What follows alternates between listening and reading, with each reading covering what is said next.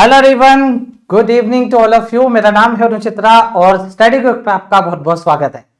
Please एक बार confirm कर दीजिए आप लोग को मेरी वॉइस प्रॉपर और लाउड आ रही है। क्लास को स्टार्ट करें, फटाफट बताइएगा। चलिए भाई, तो आज जैसा कि आप सबको पता है आरआरबी पीओ मींस 28 दिसंबर को शेड्यूल है। एडमिट कार्ड बहुत जल्द आ जाएंगे, कल ही रिजल्ट आया है। उम्मीद करता हूं सभी स्टूडेंट का सिलेक्शन हो गया होगा। बहुत सारे स्टूडेंट का सिलेक्शन मेंस में हो गया होगा, मेंस देने जा रहे हैं वो लोग। तो जाते जाते इंग्लिश का जो सबसे इंपॉर्टेंट टॉपिक है एरर डिटेक्शन, उसके कुछ इंपॉर्टेंट रूल्स कहीं कुछ आप भूल तो नहीं गए, या कोई ऐसे रूल्स जो इंपॉर्टेंट है एग्जाम में आ सकते हैं, एक बार एग्जाम से ठीक पहले रिवाइज कर लें। तो चलिए आज ही स्टार्ट करते हैं क्लास। आज की जो क्लास है उसमें आप लोगों को क्वेश्चंस भी तगड़े मिलेंगे, साथ ही साथ आप लोगों को रूल्स और उसका डिटेल एक्सप्लेनेशन मैं पीडीएफ बना करके आप लोगों को दूंगा। और वो पीडीएफ आपको कहां पर मिलेगी? इस टेलीग्राम चैनल पर मिलेगी, जा करके आप लोग डाउनलोड कर सकते हो। ये टेलीग्राम चैनल का लिंक डिस्क्रिप्शन बॉक्स में दे रखा है, तो डिस्क्रिप्शन बॉक्स में जाकर के आप टेलीग्राम चैनल को ज्वाइन कर लीजिए। यहां पर आपको सारी इंपॉर्टेंट अपडेट मिल रही है। चलिए भाई, मुझे पता है आपका एग्जाम बहुत पास में है, तो मैं बिल्कुल भी टाइम वेस्ट नहीं करता हूं, सीधा हम क्वेश्चन आंसर पे आते हैं। आप लोग आज की क्लास को कैसे देखिएगा मैं बता देता हूं। ये क्वेश्चन है, आप लोग जितना भी अभी तक पढ़ के आए हैं वो सारी चीजें दिमाग लगाइए, रीड करिए, डायरेक्शन को अच्छे से पढ़िए। अगर कोई एरर मिल रही है तो लगाइए, नहीं मिल रही है तो आप लोग तुक्का मत मारिएगा, क्योंकि एग्जाम बहुत पास में है। अगर आप अभी भी तुक्का मारोगे तो एग्जाम में भी डेफिनेटली आप लोग तुक्का मार के आओगे। तुक्का नहीं मारना है, एग्जैक्ट आंसर अगर आपको पता है, कंसेप्ट मिल रहे हैं तो लगाइएगा। कॉपी में लिखते चलिएगा। कुछ अगर ऐसा कंसेप्ट मिले जो आपको नहीं आता था या भूल चुके आप रिवाइज करना चाहते हैं तो कॉपी में लिखते चलिएगा। मैं आपको टाइमर दे रहा हूं, क्वेश्चन के हिसाब से आपको टाइमर मिलेगा। ये रहा भाई टाइमर, बनाओ। अब मैं देखता हूं आप लोग क्या कह रहे हो।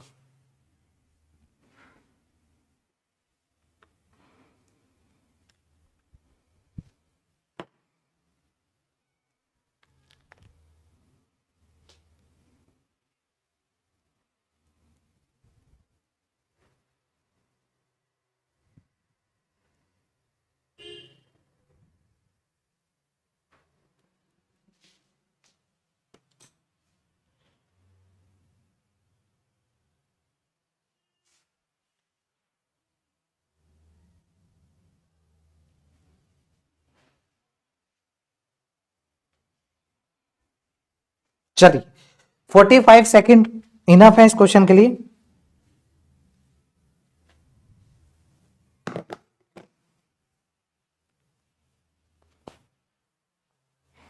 चलिए अब देखिए, सुनिएगा। पहले बताओ आप लोगों को वॉइस ठीक आ रही है क्या, प्रॉपर आ रही है? एक्चुअली आज मुझे माइक इधर लगाना पड़ा क्योंकि इसमें मैग्नेट काम नहीं कर रहा, बहुत मोटा स्वेटर है। भाई वॉइस क्लियर आ रही है ना? अरे वाह, क्या बात है। चलो आ जाओ। देखो, आपको एरर की अप्रोच क्या रखनी है एग्जाम में? आपको ये अप्रोच रखनी है, पहले आपको डायरेक्शन ध्यान से समझनी है। डायरेक्शन में क्या करें? डायरेक्शन में बोला जा रहा है you have to identify part in each statement that contains a grammatical error. मतलब आपको एरर वाला पार्ट ढूंढ करके बताना है। और अगर ऐसी एरर आ जाए तो मुझे लगता है सबसे इजी एरर ये होती है, क्योंकि इसमें ऑप्शन एलिमिनेशन से भी काम चल जाता है। देखो कैसे, सुनो। स्टार्टिंग में क्या रखा है? Only by strictly adhering to the new regulation. तो अगर आप देखोगे तो ओनली से स्टार्ट हो रखा है। ओनली से अगर सेंटेंस स्टार्ट होता है तो आपको ये पता होना चाहिए कि जो मेन क्लोज होगा, मतलब जो मेन सेंटेंस होगा, उसमें इन्वर्जन लॉ फॉलो होगा। अब देखो, ओनली बाय, यहां पे तो सब्जेक्ट और वर्ब होगी नहीं, क्योंकि यहां पे तो बाय लगा हुआ है। बाय है तो प्रेपोजिशन है, प्रेपोजिशन है तो सब्जेक्ट और वर्ब नहीं होगा। तो दूसरा सेंटेंस का है, दूसरा सेंटेंस अगर आप देखोगे, देखो ये रहा, द कंपनी कैन। तो इसका मतलब ये है, ये जो कैन है ये गलत है। इन्वर्जन लॉ में क्या होता है, ये जो हेल्पिंग वर्ब होती है सब्जेक्ट से पहले आती है। इसका मतलब ऐसा होना चाहिए था, द न्यू रेगुलेशन, यहां पर आपको कैन लगाना चाहिए था, उसके बाद आता द कंपनी, फिर आता होप टू अवॉइड।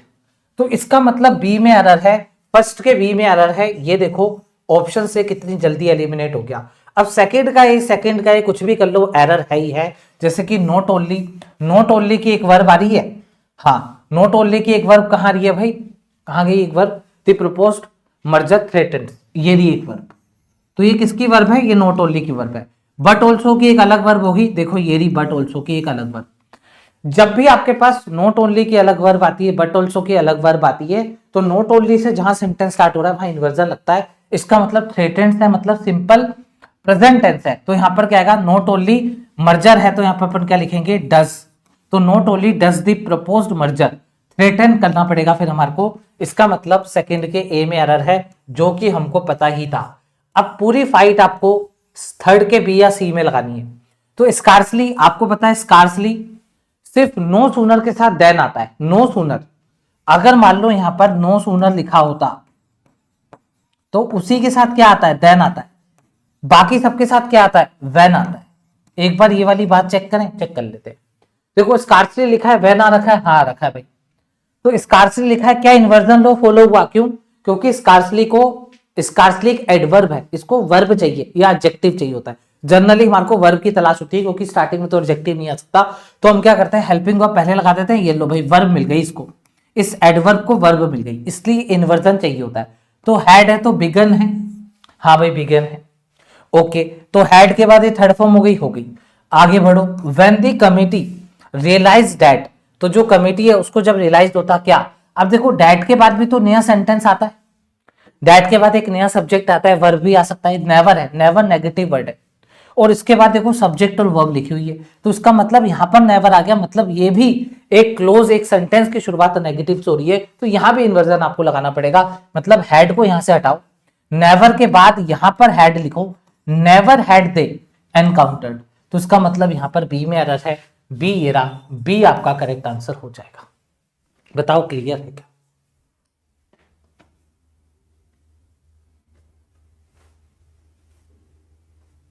क्या यहां तक क्लियर है बताइए।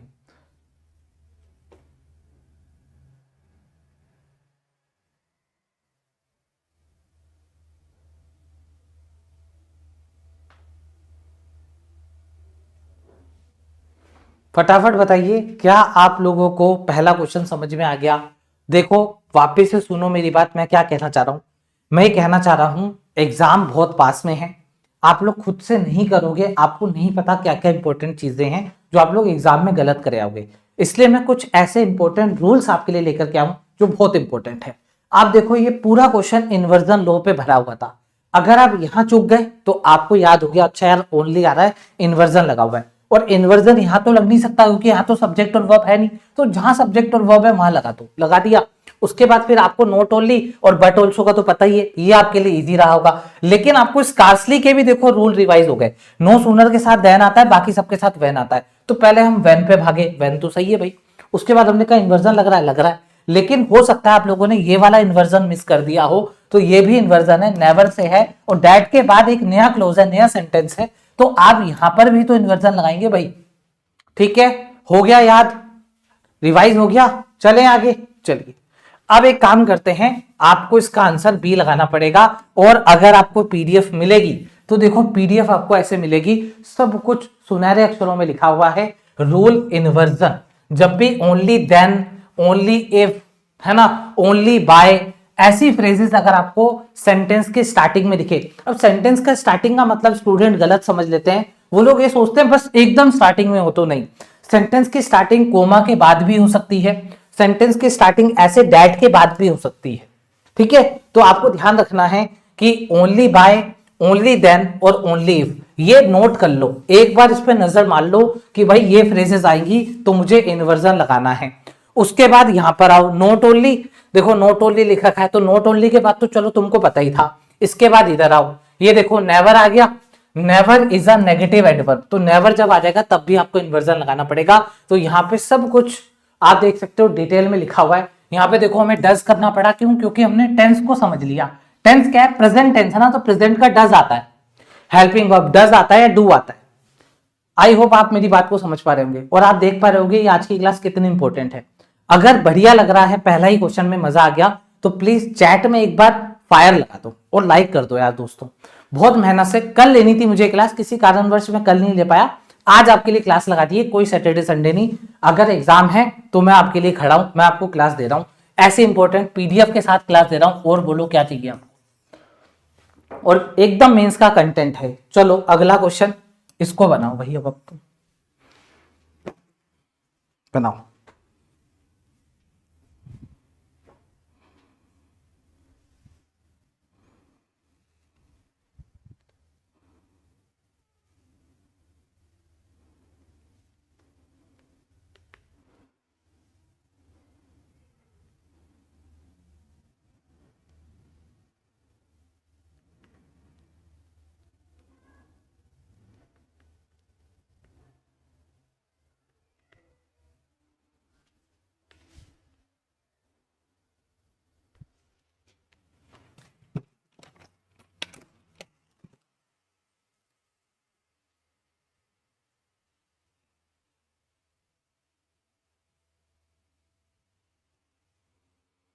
अगर नेवर से स्टार्ट हो रहा होगा तब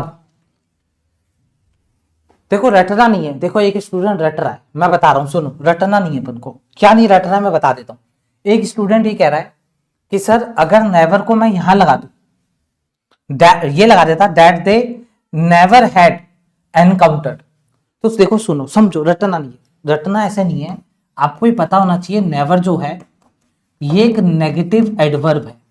और एडवर्ब को क्या चाहिए होता है, एडवर्ब किसको क्वालिफाई करता है, एडवर्ब, एडवर्ब क्वालिफाई करता है, रुको अच्छे से लिख देता हूं, नेगेटिव एडवर्ब है।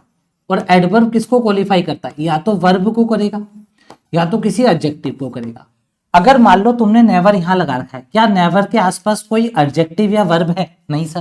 क्या इस हाथ पे है, नहीं सर। तो इसलिए नेवर के साथ आप सब्जेक्ट नहीं लगा सकते, इसलिए हमें इन्वर्जन लगाना पड़ता है, मजबूरी है।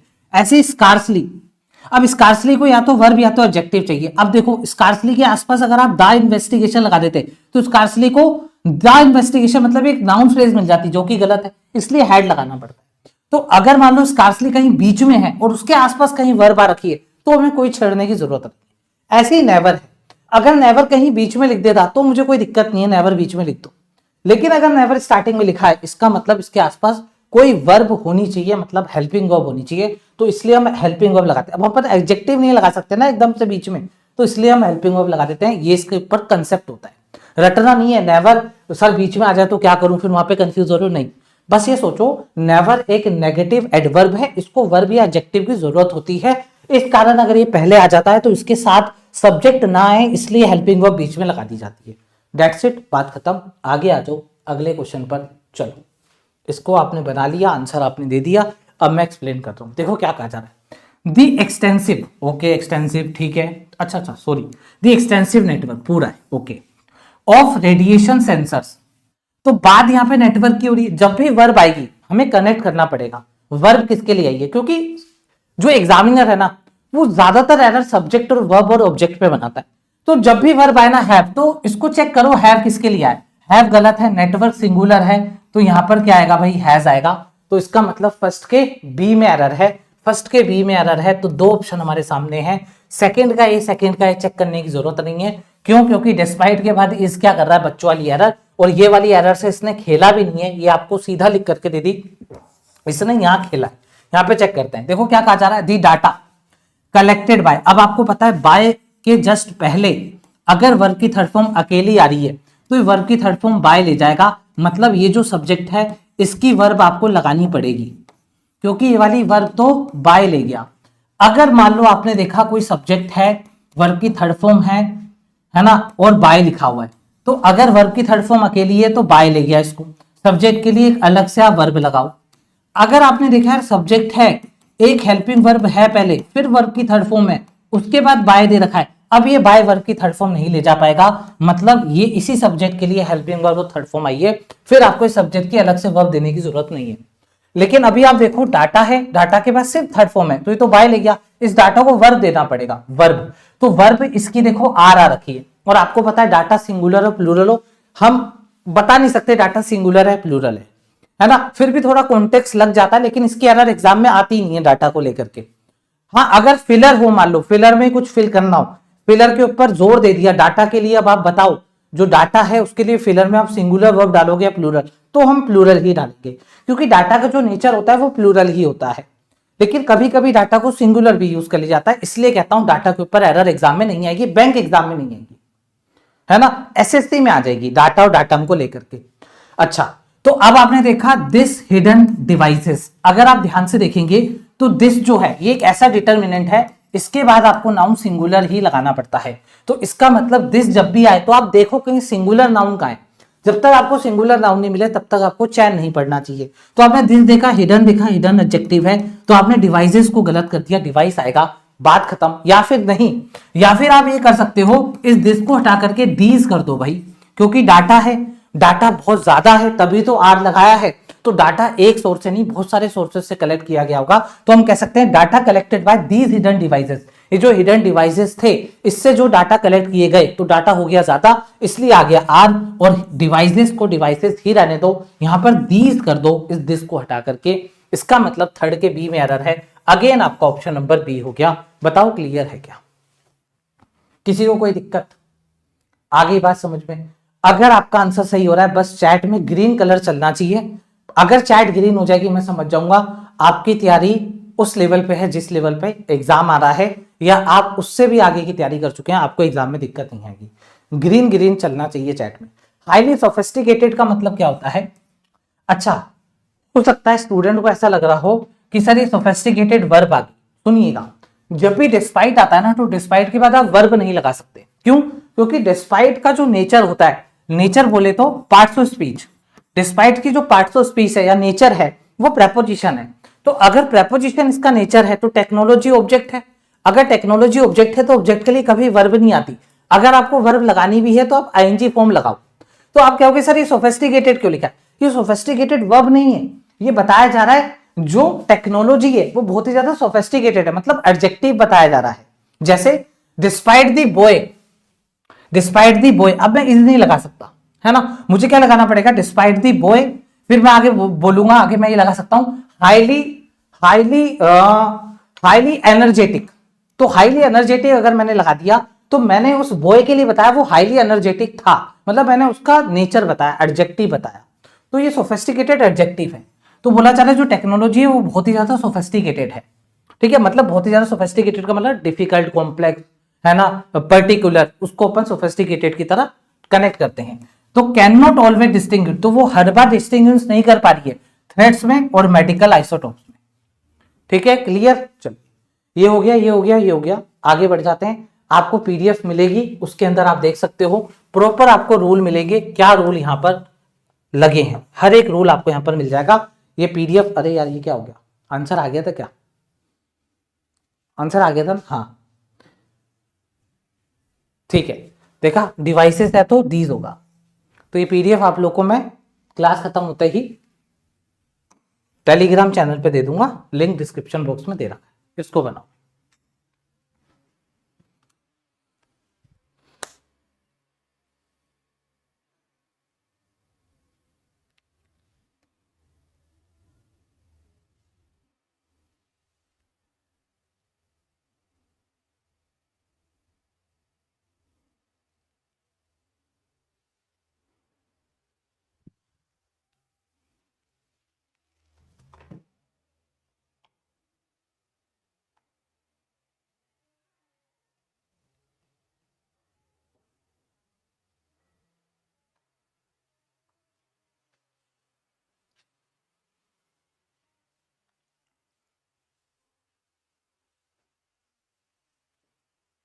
हाँ भाई, हो गया।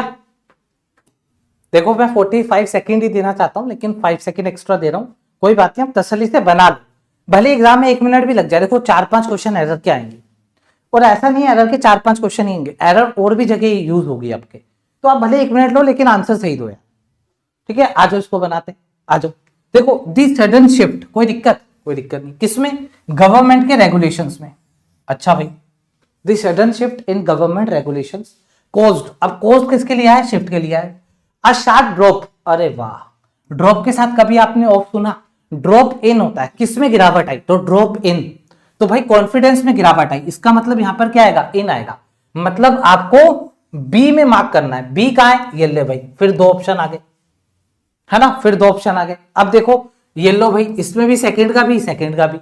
तो आप है ना ध्यान रखिए, जब हम पर पढ़ रहे हैं सेंटेंस को, तो हमें रीडिंग के ऊपर कम फोकस करना है, हमें ग्रामर के ऊपर ज्यादा फोकस करना है, क्योंकि error is equal to grammatical rules. ठीक है, साफ सीधी सी बात है। तो अगर मान लो मुझे एरर मिल गई तो मैं आगे क्यों पढ़ूं, क्यों रीड करूं। हाँ, हो सकता है कहीं स्टूडेंट को लग रहा हो अमंग गलत है, तो भाई अमंग इंटरनेशनल इन्वेस्टर सही तो है, आगे एंड थोड़ी ना दे रखा है। तो लुकिंग टू के बाद वर्ब की फर्स्ट फॉर्म, वो लुकिंग फॉरवर्ड होता, लुकिंग फॉरवर्ड टू, तब आईएनजी फॉर्म आती। हो सकता है किसी स्टूडेंट को डाउट आ गया हो, सर हमने तो पढ़ रखा है लुकिंग टू के बाद आईएनजी फॉर्म आती, वो लुकिंग फॉरवर्ड टू होता है, फॉरवर्ड भी वर्ड आना चाहिए। तो यहाँ पे फॉरवर्ड वर्ड तो है नहीं, तो आप आईएनजी फॉर्म मत लगाना, ये सही है, लुकिंग टू एंटर।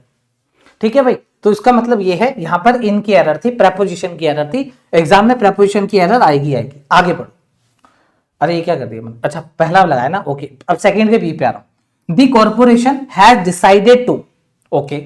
अब डिसाइडेड टू कोई भी ऐसी फ्रेज नहीं है जिसके बाद आईएनजी फॉर्म आती हो। डिसाइडेड टू के बाद आईएनजी फॉर्म नहीं आती, इसका मतलब यहां पर आपको सिंपली क्या करना पड़ेगा, रिवाइज लगाना पड़ेगा। इसका मतलब बी, सेकंड का बी इधर भी है, इधर भी है। अब थर्ड में आ जाओ, थर्ड में क्या कहा जा रहा है, the short term fluctuations, okay, fluctuations, okay okay okay, ठीक है आगे बढ़ो। इन दी स्टॉक मार्केट फेल्स, अब आपको पता है फेल्स गलत है, फेल आएगा, सब्जेक्ट वर्ब की यहां पर एरर है, और थर्ड का भी ये रहा। अब इसका आंसर आपका डी आएगा। क्या क्लियर है बताइए, कोई डाउट है? अगर आपको लग रहा है कि सर हमें तो ये भी गड़बड़ लग रही है, यहां पर भी डाउट लग रहा है, तो आप मुझसे पूछ सकते हो, मैं आपको बता दूंगा, हर एक चीज आपकी मैं एक्सप्लेन करूंगा। अब मैं आपको बार बार आंसर नहीं दिखाऊंगा, है ना, अब मैं सीधा आपको नेक्स्ट क्वेश्चन पे लेकर के जाऊंगा। चलो बनाओ फटाफट।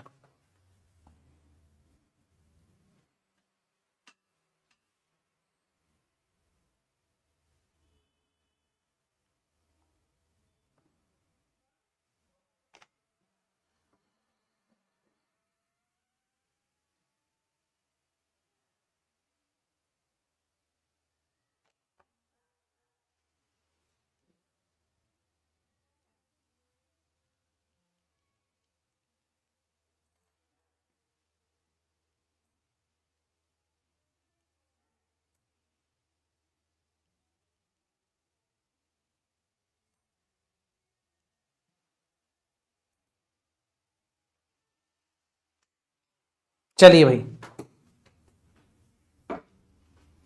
सही हो रहे हैं तो ग्रीन ग्रीन कलर से चैट को आप लोग भर दीजिए पूरा, आ जाइए। देखिए डिस्पाइट आ गया वापस, डिस्पाइट रिगोरस टेस्टिंग प्रोटोकॉल्स, कोई दिक्कत यहां पर, कोई दिक्कत नहीं, रिगोरस टेस्टिंग प्रोटोकॉल है, कोई दिक्कत नहीं, आगे बढ़िए। दी एनोमेली, अब ये कोमा और ये कोमा हटा दूं, हाँ हटा देते हैं, हटाओ, हटा दिया। तो 2 कोमा के अंदर कोई भी बात लिखी होती है तो उसको अपन क्या कहते हैं, जल्दी वहां से हटो, जल्दी इसको हटा दिया। तो दी एनोमेली, अब ये मैं सोचता सर एनोमेली है, पीछे एलवाई है तो एडवर्ब होगा, नहीं, एनोमेली नाउन होता है। एनोमेली का मतलब क्या है, एनोमेली का मतलब है डिस्टरप्शंस कह सकते हैं, डिस्क्रिपेंसीज कह सकते हैं आप लोग, ठीक है। तो एनोमेली, जो एनोमेली है, disrupted the entire simulation of the binary star system. मुझे कोई एरर नहीं लग रही, लेकिन मैं अब अंदर जा रहा हूं, बाहर बाहर कोई एरर नहीं लग रही, डिस्पाइट सही था अपना, एनोमेली के लिए वर्ब आ गई, आगे कोई एरर लगी नहीं। अब मैं अंदर जा रहा हूं, a variable that has not been, गड़बड़, कैसे गड़बड़ मैं बताता हूं। देखो कभी भी अगर आपको बिन दिखे तो बिन के बाद 3 चीजें होंगी, क्या होगा, वर्ब की थर्ड फॉर्म, वर्ब की एनजी फॉर्म, अगर दोनों ही नहीं लगाना तो आप एडजेक्टिव लगाओ। तो यहां पर अगर आप देखोगे तो अकाउंट है, अकाउंट वर्ब है, तो अकाउंटेड फॉर लिखो, तो मतलब बी में एरर है, फर्स्ट के बी में, ये लो भाई फर्स्ट के बी में 2 में एरर है। आगे बढ़ो। Quantum entanglement is widely regarded as, कोई दिक्कत नहीं है। इज क्यों आया, क्योंकि एंटेंगलमेंट एक ही है, वाइडली रिगार्डेड एज, कोई दिक्कत नहीं है। और अगर आप देखोगे तो सेकंड के ए और सेकंड के सी से आप पकड़ लोगे, सेकंड का ए अच्छे से पढ़ लो, कोई एरर लग रही है, नहीं लग रही सर। अब एक बार सी में अच्छे से जाना, as spooky action at a distance, okay. And is, अब इज किसके लिए है, यही एंटेंगलमेंट के लिए है। Is one of the most, जब भी वन ऑफ द आता है इसका मतलब आगे नाउन प्लूरल आएगा। तो परफेक्टली फिनोमिनन नहीं, फिनोमिनन सिंगुलर होता है, मतलब सी में एरर है, बात खत्म, डी आंसर आ गया। लेकिन हम सीखने आए हैं तो हम थर्ड का सी भी पढ़ेंगे, थर्ड के सी तक जाएंगे, दी सडन वेरिएशंस, ओके, जो सडन वेरिएशंस आ रहे हैं, ठीक है भाई, इन दी इलेक्ट्रोमैग्नेटिक फील्ड एमिनेटिंग, देखो कोमा के बाद एमिनेटिंग, कोमा नहीं है, ओहो, अच्छा, तो इसका मतलब ये है या तो ये एरर है या तो ये एरर हो सकती है। क्यों? क्योंकि देखो अगर आपके पास वेरिएशंस पड़ा है, मतलब अगर आपके पास सब्जेक्ट पड़ा है, तो आप फिर वर्ब की आईएनजी फॉर्म क्यों यूज कर रहे हो? अगर आपको वर्ब की आईएनजी फॉर्म यूज करनी भी है तो पहले आप हेल्पिंग वर्ब लगा करके यूज करोगे, मतलब इससे पहले या तो आप आर लिखते या तो आप वर्ब लिखते, ठीक है, तब हो सकता था। तो या तो ऐसा भी हो सकता है ये एमिनेटिंग एज द एडजेक्टिव आ रखा हो, इसकी वर्ब आगे कहीं दे रखी हो, तो एक बार के लिए आगे बढ़ो। हाँ, आगे यहां पर अगर आप देखोगे तो डिस्टोर्ट, डिस्टोर्ट का मतलब डिस्टोर्ट करना, डिस्टोर्ट का मतलब क्या था? सीक्वेंस को खराब करना, अपन कह सकते हैं इरेगुलर करना, किसी भी चीज को डिस्टोर्ट करना, उलट पुलट करना, चेंज करना, है ना, डिसऑर्डर करना, डिसएरे करना, ये सारी चीजें। तो अगर आप देखोगे तो ये जो डिस्टोर्ट है गलत है, क्यों? क्योंकि वेरिएशंस की बात हो रही है।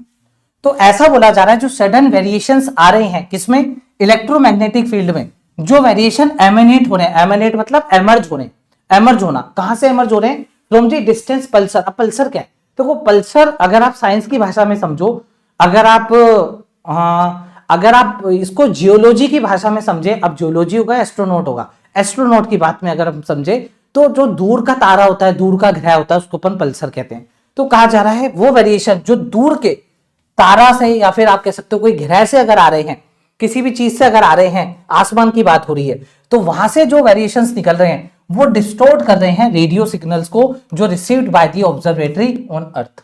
तो इसका मतलब यहां पे डिस्टोर्ट आएगा, वेरिएशन के लिए डिस्टोर्ट आपको लगाना पड़ेगा। सी में एरर है, ये रहा आपका करेक्ट आंसर डी। ठीक है भाई। हाँ, एस्ट्रोनॉमी, सॉरी, एस्ट्रोनॉमी, एस्ट्रोनॉमी में अपन पल्सर को, एक तो पल्सर बाइक होती है ना, एक पल्सर बाइक है, ये एस्ट्रोनॉमी में अगर मैं पल्सर बोलूं तो मतलब कोई दूर के तारे की बात हो रही है, यहां पर किसी प्लेनेट की बात हो रही है। क्लियर है? चलें आगे, चलो अगला क्वेश्चन, ये लो भाई, पैटर्न चेंज हो गया है, डायरेक्शन पढ़ो और आंसर दो।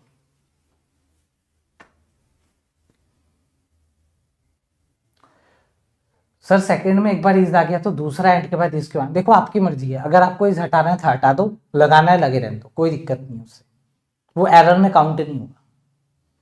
वो एरर में काउंट तब होता है जब आपने पहले इस लिख रखा है फिर आर लिख रखा है।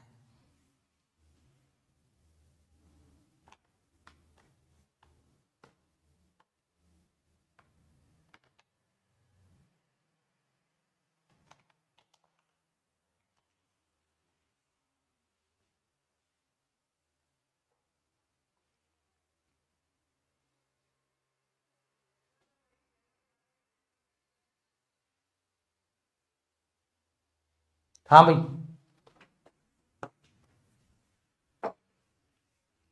पहले डायरेक्शन पढ़ेंगे अपन, हमें ग्रामेटिकली करेक्ट बताना, ठीक है, ऊपर डायरेक्शन देखते रहना, ऊपर डायरेक्शन देखते रहना हर एक क्वेश्चन में, ठीक है, करेक्ट बताना है। ओके, देखो मैंने आपको क्या सिखाया है, जब भी कुड स्टार्टिंग में आए तो एक स्कोप है। क्या स्कोप है? कि पहले आप ये देखो कुड एक मॉडल है, एक मॉडल वर्ब है कुड, मैं यहां पे लिख देता हूं मॉडल। तो मॉडल वर्ब का रूल क्या होता है? मॉडल वर्ब के 4 रूल होते हैं। क्या रूल होता है? या तो वर्ब की फर्स्ट फॉर्म आएगी, या तो हैव आएगा, या तो बी आएगा। 4 क्यों लिखा? क्योंकि बी के 2 अलग कंसेप्ट होते हैं। अगर वर्ब की फर्स्ट फॉर्म आई है, बात खत्म। वर्ब के अगर मॉडल वर्ब के साथ हैव आया तो वर्ब की थर्ड फॉर्म आएगी। अगर मॉडल वर्ब के साथ बी आया तो आप आईएनजी फॉर्म भी लगा सकते हो। आईएनजी फॉर्म लगेगा एक्टिव वॉइस में। अगर मॉडल वर्ब के साथ बी आया तो आप इसके बाद थर्ड फॉर्म भी लगा सकते हो, ये लगेगा पैसिव वॉइस में। तो आपने कुड देखते ही वर्ब पे जाना है, भाई वर्ब का है। तो आपने देखा वर्ब सेंट है जो कि V2 है, गलत है। हमें तो इनमें से कोई एक चाहिए था, वर्ब की फर्स्ट फॉर्म चाहिए होगी इस केस में, तो सेंट गलत है, सेंड आएगा, बात खत्म। ए में एरर आ गई, मतलब ए हमारा आंसर नहीं होगा क्योंकि हमें करेक्ट वाला बताना है। अब देखो थर्ड में भारी पॉसिबिलिटी है कि थर्ड सही होगा, पर अपन लाइन वाइज जाते हैं क्योंकि हम एलिमिनेट नहीं कर पा रहे। दिस समर हीट विल है, अगेन ये सारी कंसेप्ट देख लो, विल है तो ये सारे कंसेप्ट। अब देखो इसमें एक चालाकी ये चली गई है कि यहां पर है ना वेदर लिखा हुआ है। अब मैं आपको बताता हूं चालाकी क्या है। एक है ना ये वाला वेदर होता है, ठीक है, इस वाले वेदर का मतलब क्या है, ये WH वर्ड है। WH वर्ड मतलब ये वेदर वो वाला है, हाँ के ना, वेदर ये चीज पॉसिबल हो पाएगा नहीं हो पाएगा। ये जो वेदर होता है ये नाउन अगर है, अगर ये नाउन है तो इसका मतलब मॉनसून है, मौसम है। अगर ये वेदर वर्ब है तो इसका मतलब क्या होता है, कोई चीज वियर ऑफ हो रही है, कोई चीज वेन हो रही है ना, कोई चीज पेल हो रही है, कोई चीज फेड हो रही है। आई बात समझ में? अच्छा, तो कुल मिलाकर के हमें विल के बाद या तो फर्स्ट फॉर्म, या तो हैव, या तो बी ये सब चाहिए, और हैव है तो थर्ड फॉर्म चाहिए, बी है तो आईएनजी फॉर्म या फिर थर्ड फॉर्म चाहिए।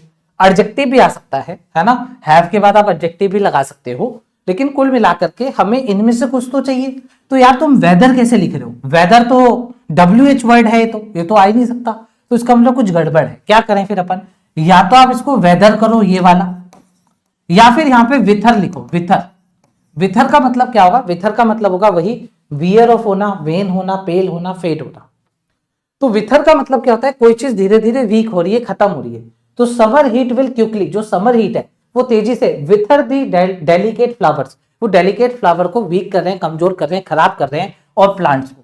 तो इसका मतलब सेकंड में भी सॉरी एरर है, आपको यहाँ पे वेदर हटा करके या तो विथर करना पड़ेगा या ये वाला वेदर करना पड़ेगा।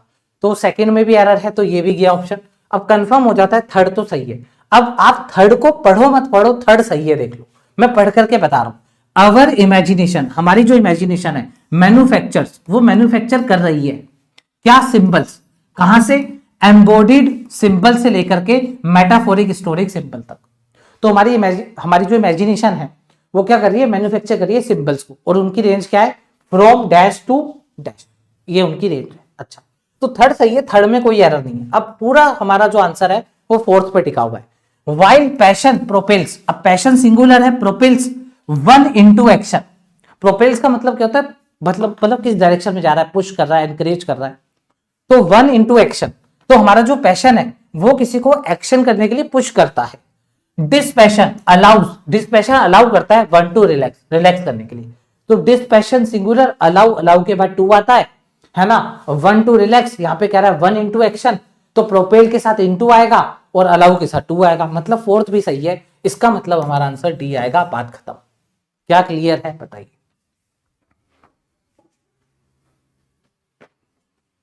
क्या क्लियर है? अब आप बताइए, ये हैं हमारे इंपॉर्टेंट रूल्स जो एग्जाम से पहले मैं आप लोगों को चाहता हूं आप एक बार देख करके जरूर जाए, बस देखना है।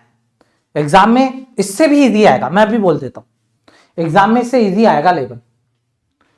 चलो भाई, चलो चलो आगे बढ़ो, अगला क्वेश्चन इसको बनाओ।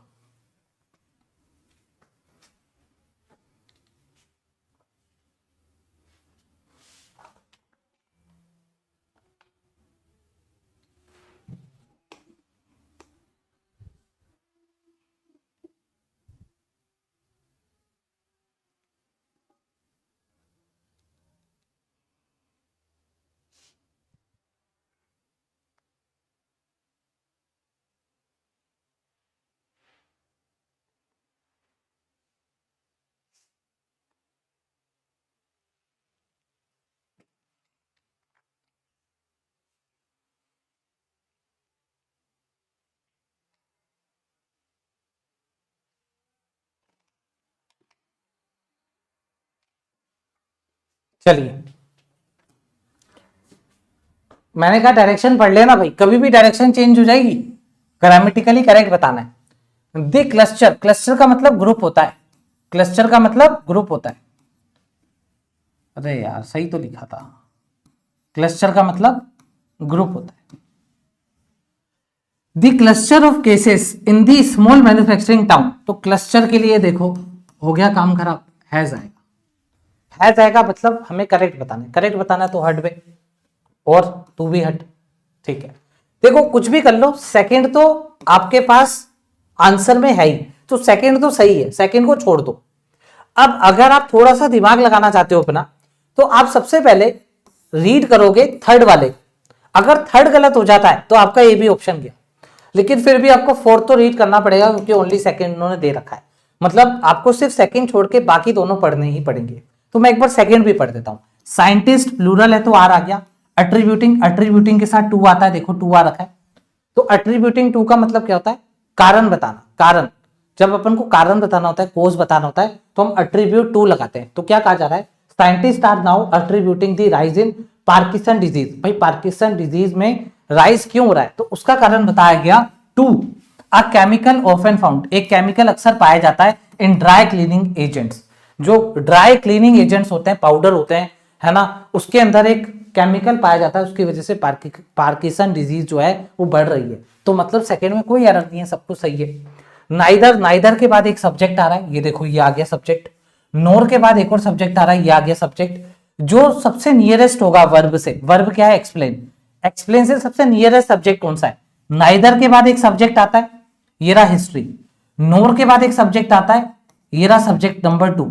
तो भाई एक्सप्लेन के सबसे नियरेस्ट सब्जेक्ट क्या है? लाइफस्टाइल। लाइफस्टाइल सिंगुलर है, तो आपको यहाँ पे क्या लगाना पड़ेगा? एक्सप्लेन्स लगाना पड़ेगा। मतलब थर्ड में एरर है, थर्ड में एरर है, तो डी ऑप्शन गया।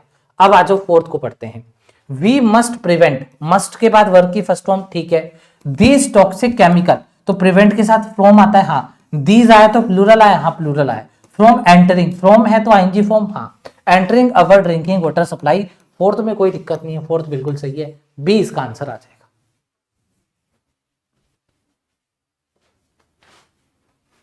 क्या तक क्लियर है बताइए?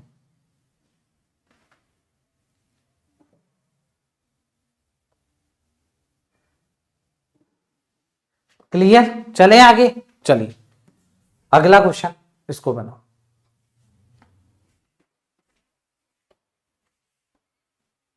हम्म,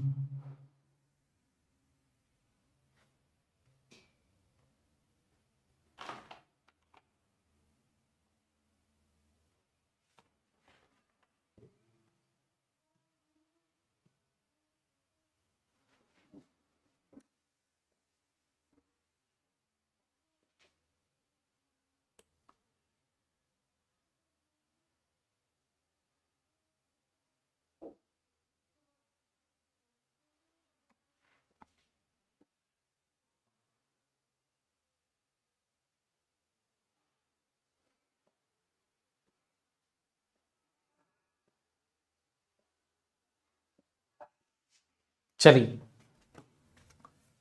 ग्रेविटिकली करेक्ट, करेक्ट वाला आपको बताना है। करे रीड। जब भी बाई डी टाइम आए एग्जाम में, ध्यान रखना, और ये आ चुका है, ये एसबीआई क्लर्क में आ चुका है ये वाला रूल, अभी भी आ सकता है। बाय द टाइम, देखो बाय द टाइम के साथ कौन सा टेंस लगा हुआ है? आपने देखा सर राइजेज लगा हुआ है। राइजेज कौन सा टेंस है? प्रेजेंट टेंस है, सिंपल प्रेजेंट टेंस है।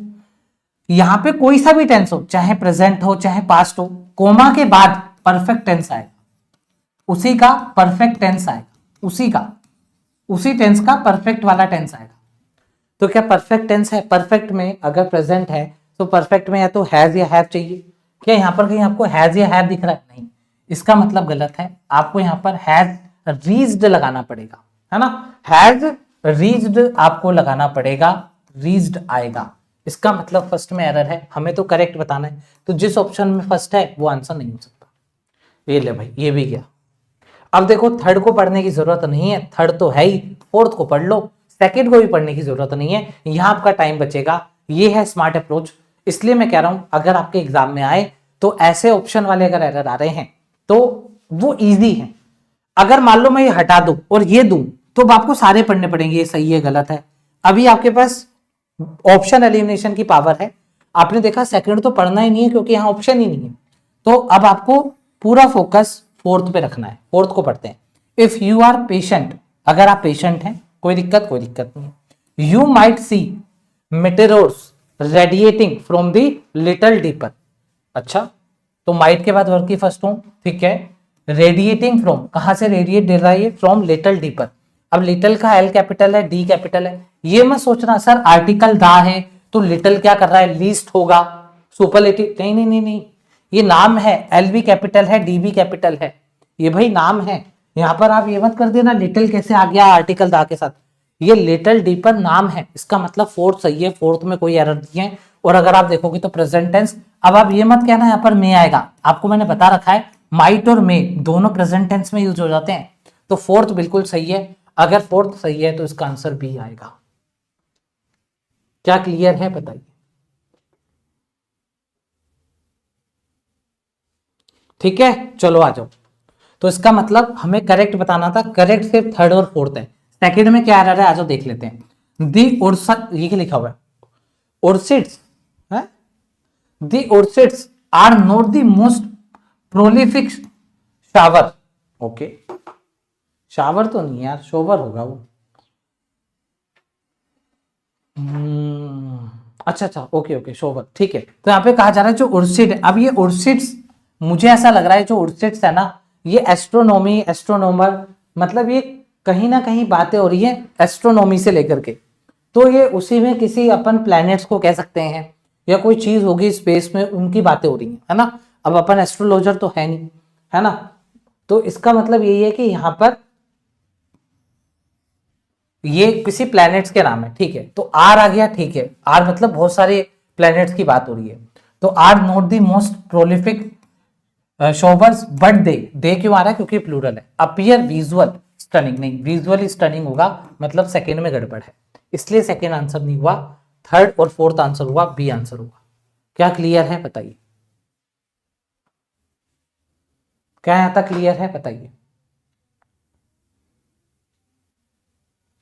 हाँ, यहां पे जो लिटिल डीपर है प्रॉपर नाउन है, ठीक है। चलो आगे बढ़े, आ जाओ अगला क्वेश्चन।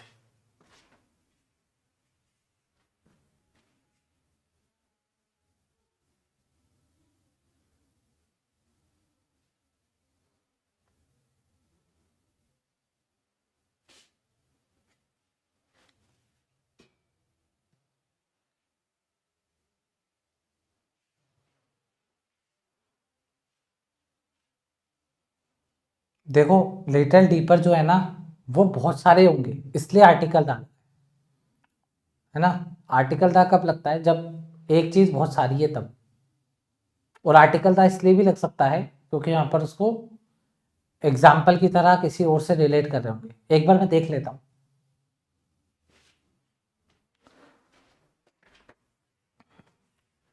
चलिए, इसको रीड कर लिया कि आप लोगों ने। एक बार इधर आओ, कुछ स्टूडेंट्स के डाउट हैं, वो डाउट ले लेते हैं, आपके भी काम आएंगे। एक तो स्टूडेंट ये कह रहे हैं कि सर अगर मंथ लिखा है तो फोर, अरे भाई दिसंबर लिखा हुआ है, पॉइंट ऑफ टाइम है ना, point of, sorry, point of time, तो पॉइंट ऑफ टाइम के लिए तो सिंस ही आएगा ना, ड्यूरेशन थोड़ी ना लिखी हुई है। अगर मान लो यहां पर मंथ्स लिखा होता, मंथ्स, तब अपन फोर लगाते। ड्यूरेशन के लिए फोर आता है, सिंस तो पॉइंट ऑफ टाइम के लिए आता ना, एक पॉइंट की तो बात हो रही है दिसंबर, तो सिंस सही है, क्या दिक्कत है इसमें, है ना। चले आगे, और यहां पे लिख रखा है you might C meteoroids radiating from the little deeper, तो हम वहां पे पॉइंट आउट कर रहे हैं, वहां से अपन इसको देख सकते हैं, ठीक है। चलिए आगे बढ़ जाते हैं। अच्छा इसको बना दिया आप लोगों ने। माइक्रोसॉफ्ट हैज, माइक्रोसॉफ्ट सिंगुलर है, हैज ही आएगा। अनाउंस्ड वर्ब की थर्ड फॉर्म, कोई दिक्कत नहीं है। The removal of the wicket keeper last Monday. अच्छा, तो अगर लास्ट पास्ट कहीं पर लिखा होता है तो क्या हम हैज यूज करते हैं, नहीं। तो सिंपल सा क्या आएगा, V2 आएगा, तो अनाउंस लगाना पड़ेगा। हैज हटा दो, अनाउंस लगा दो, मतलब फर्स्ट में टेंस की एरर है, टेंस की एरर है तो अच्छा ग्रामेटिकली करेक्ट बताना है, ठीक है। तो ये वाला ऑप्शन कट गया और ये वाला ऑप्शन कट गया। अब देखो थर्ड इधर भी है, थर्ड इधर भी है, थर्ड इधर भी है, थर्ड तो सही है, फोर्थ इधर भी है, फोर्थ इधर भी है, मतलब फोर्थ, अच्छा ओनली थर्ड भी है, पढ़ना पड़ेगा। पहले सेकंड को पढ़ते हैं। अ सिग्निफिकेंट नंबर, सिग्निफिकेंट हो कुछ भी हो, अगर आ नंबर दे रखा है तो वर्ब प्लूरल आएगी। नाउन प्लूरल, वर्ब प्लूरल चाहिए, अराइज आएगा, मतलब सेकंड में एरर है, तो डी ऑप्शन नहीं हो सकता। या तो ये होगा या तो ये भी होगा। अब थर्ड तो सही है, फिर भी पढ़ लेते हैं। The company finally decided to disable, और डिसाइडेड टू के बाद वर्ब की फर्स्ट फॉर्म आती है, आपको पता है। तो कंपनी ने फाइनली डिसाइड करा कि वो डिसेबल कर देंगे algorithm after years of security complaints. इतने सालों से सिक्योरिटी कंप्लेन आ रही है, इसलिए थर्ड तो सही है भाई। Of all the hackers who were, who किसके लिए आ रहा है, हैकर्स के लिए, वर आएगा। वर एप्रीहेंडेड, एप्रीहेंडेड का मतलब जब वो गिरफ्तार हो गए, पकड़े गए। Only one confess to, confess to के बाद याद रखिएगा आईएनजी फॉर्म आती है। मुझे लग रहा है ये आईएनजी फॉर्म देख करके आप, हो सकता है आप इसको एक्सप्लोइट करने की कोशिश करें, नहीं, कन्फेस लिखा हुआ है ना, देखो कन्फेस्ड, तो कन्फेस टू के बाद आपको आईएनजी फॉर्म लगानी पड़ती है, मतलब फोर्थ सही है, आपको इसका आंसर ए लगाना पड़ेगा।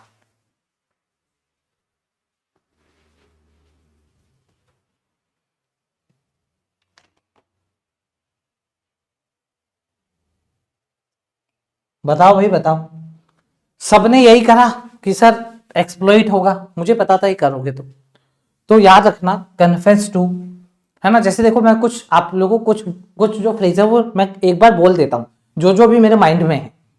एक तो कन्फेस टू आपने देख लिया, ठीक है।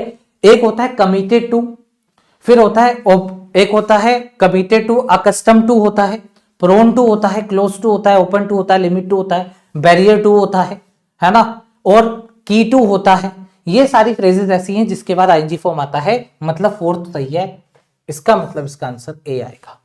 ठीक है भाई, चलो चलो चलो चलो अगला क्वेश्चन, इसको बताओ।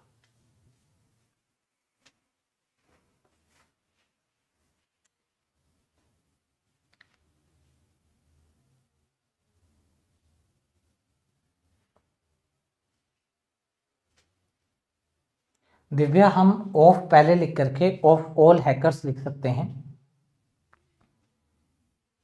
हम सिलेक्शन की बात कर रहे हैं तो हम ऑफ पहले लगा सकते हैं, एक स्टैंडर्ड फॉर्मेट है सेंटेंस को लिखने का।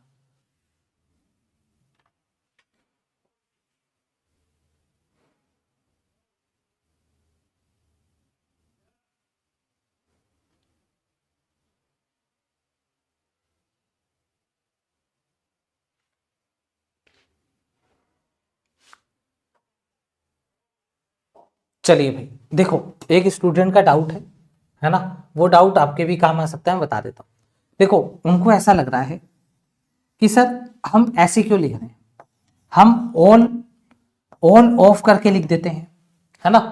देखो पहली बात तो ऑल ऑफ वैसे तो पढ़ने में भी ऑकवर्ड लग रहा है, पढ़ने को छोड़ो, मैं आपको ग्रामर के हिसाब से बताता हूं। अगर आपने ऑल पहले लिख दिया स्टार्टिंग में तो ऑल क्या हो गया, सब्जेक्ट हो गया। फिर आपको इस ऑल के लिए वर्ब लिखनी पड़ जाएगी। फिर आप कहेंगे सर वर्ब आ तो रही है, ये तो रिलेटिव प्रोनाउन के लिए वर्ब आ रही है ना। अगर आपने ऑफ नहीं लगाया होता तो ऑल के लिए वर्ब लिखनी पड़ जाती। फिर आप कहेंगे सर आगे वर्ब आ तो रही है, तो भाई वो तो ओनली वन के लिए वर्ब आ रही है, तो बिना वर्ब के आप सब्जेक्ट कैसे लिख दोगे। इसलिए सब्जेक्ट ना बने, इसको लिखा इस तरीके से गया है कि पहले ऑफ लगा दिया, अब ये ऑल जो है ऑब्जेक्ट हो गया, अब इसकी वर्ब नहीं चाहिए मन को। अब हमने जो ये वर्ब लगाई वर्ब, ये तो हमने रिलेटिव प्रोनाउन के लिए लगाई, और रिलेटिव प्रोनाउन इससे कनेक्टेड है। ठीक है, चलो चलो ये रहा, आ जाओ। पहले पढ़ लेता हूं, करेक्ट वाला बताना है। द इंजीनियर्स आर फोकस्ड, अरे वाह, बच्चे बच्चे को ही पता है ओन आएगा। याद रखना, आपको लग रहा होगा, ऐसा लग रहा होगा आपको कि सर ये तो बहुत इजी है। आईबीपीएस पीओ मींस या आरबीआई ग्रेड भी बहुत बड़े एग्जाम होते हैं। आईबीपीएस पीओ मींस भी बहुत बड़ा एग्जाम है, और आरबीआई ग्रेड भी बहुत बड़ा एग्जाम है। उसमें ऐसी एरर आई थी जहां ऑफ लगना था, ऑन लगना था, वहां इन लगा कर दिया हुआ था या टू लगा करके दिया हुआ था, पढ़ते ही समझ में आ रहा था वो प्रपोजिशन गलत है। तो ऐसा ही क्वेश्चन मैंने यहाँ पर डाला है। पूरी कोशिश करी गई है, जो अभी 2025 में जितने भी मेंस के एग्जाम हुए हैं उसमें जो जो एरर पूछी गई है वो सारी आपको लास्ट मोमेंट पे रिवाइज करवा सकता हूँ। तो अगर आपने यहाँ पर पकड़ लिया तो आप एग्जाम में भी पकड़ लोगे, इनकी जगह ऑन आएगा, ऐसी प्रपोजिशन एरर आप लोग पकड़ लोगे। मतलब ए में एरर है, हमें करेक्ट बताना है। तो ये ऑप्शन, सॉरी ये ऑप्शन आपका गया और ये ऑप्शन आपका गया। अब थर्ड इधर भी है, थर्ड इधर भी है, थर्ड इधर भी है, सेकंड इधर है, सेकंड इधर है, फोर्थ इधर है। तो चलो सारे पढ़ने ही पड़ेंगे। Apple intervention is intended to make the manufacturing process smooth and cost effective. ये तो कोई गलत कर ही नहीं सकता। एप्पल की इंटेंशन, एप्पल का जो इंटरवेंशन था उसकी इंटेंशन ये थी कि वो मैन्युफैक्चरिंग प्रोसेस को स्मूथ और कॉस्ट इफेक्टिव बनाना चाहता था, मतलब सेकंड वाला आंसर होगा ही होगा। तो ये वाला ऑप्शन मैं काट देता हूं। अब देखो थर्ड है ही है सही, थर्ड को पढ़ने की जरूरत नहीं है, बस फोर्थ पे ध्यान दो। एक बार मैं फोर्थ पढ़ रहा हूं। The goal is to package the meat tight, हाँ मीट टाइटली इनफ। तो भाई पैक करने की बात हो रही है ना। The goal is to package the meat tightly, tightly तरीके से पैक करना, तो इसका मतलब टाइटली आएगा। आपका फोर्थ गलत हो गया, फोर्थ गलत हो गया तो इसका आंसर ए आ गया।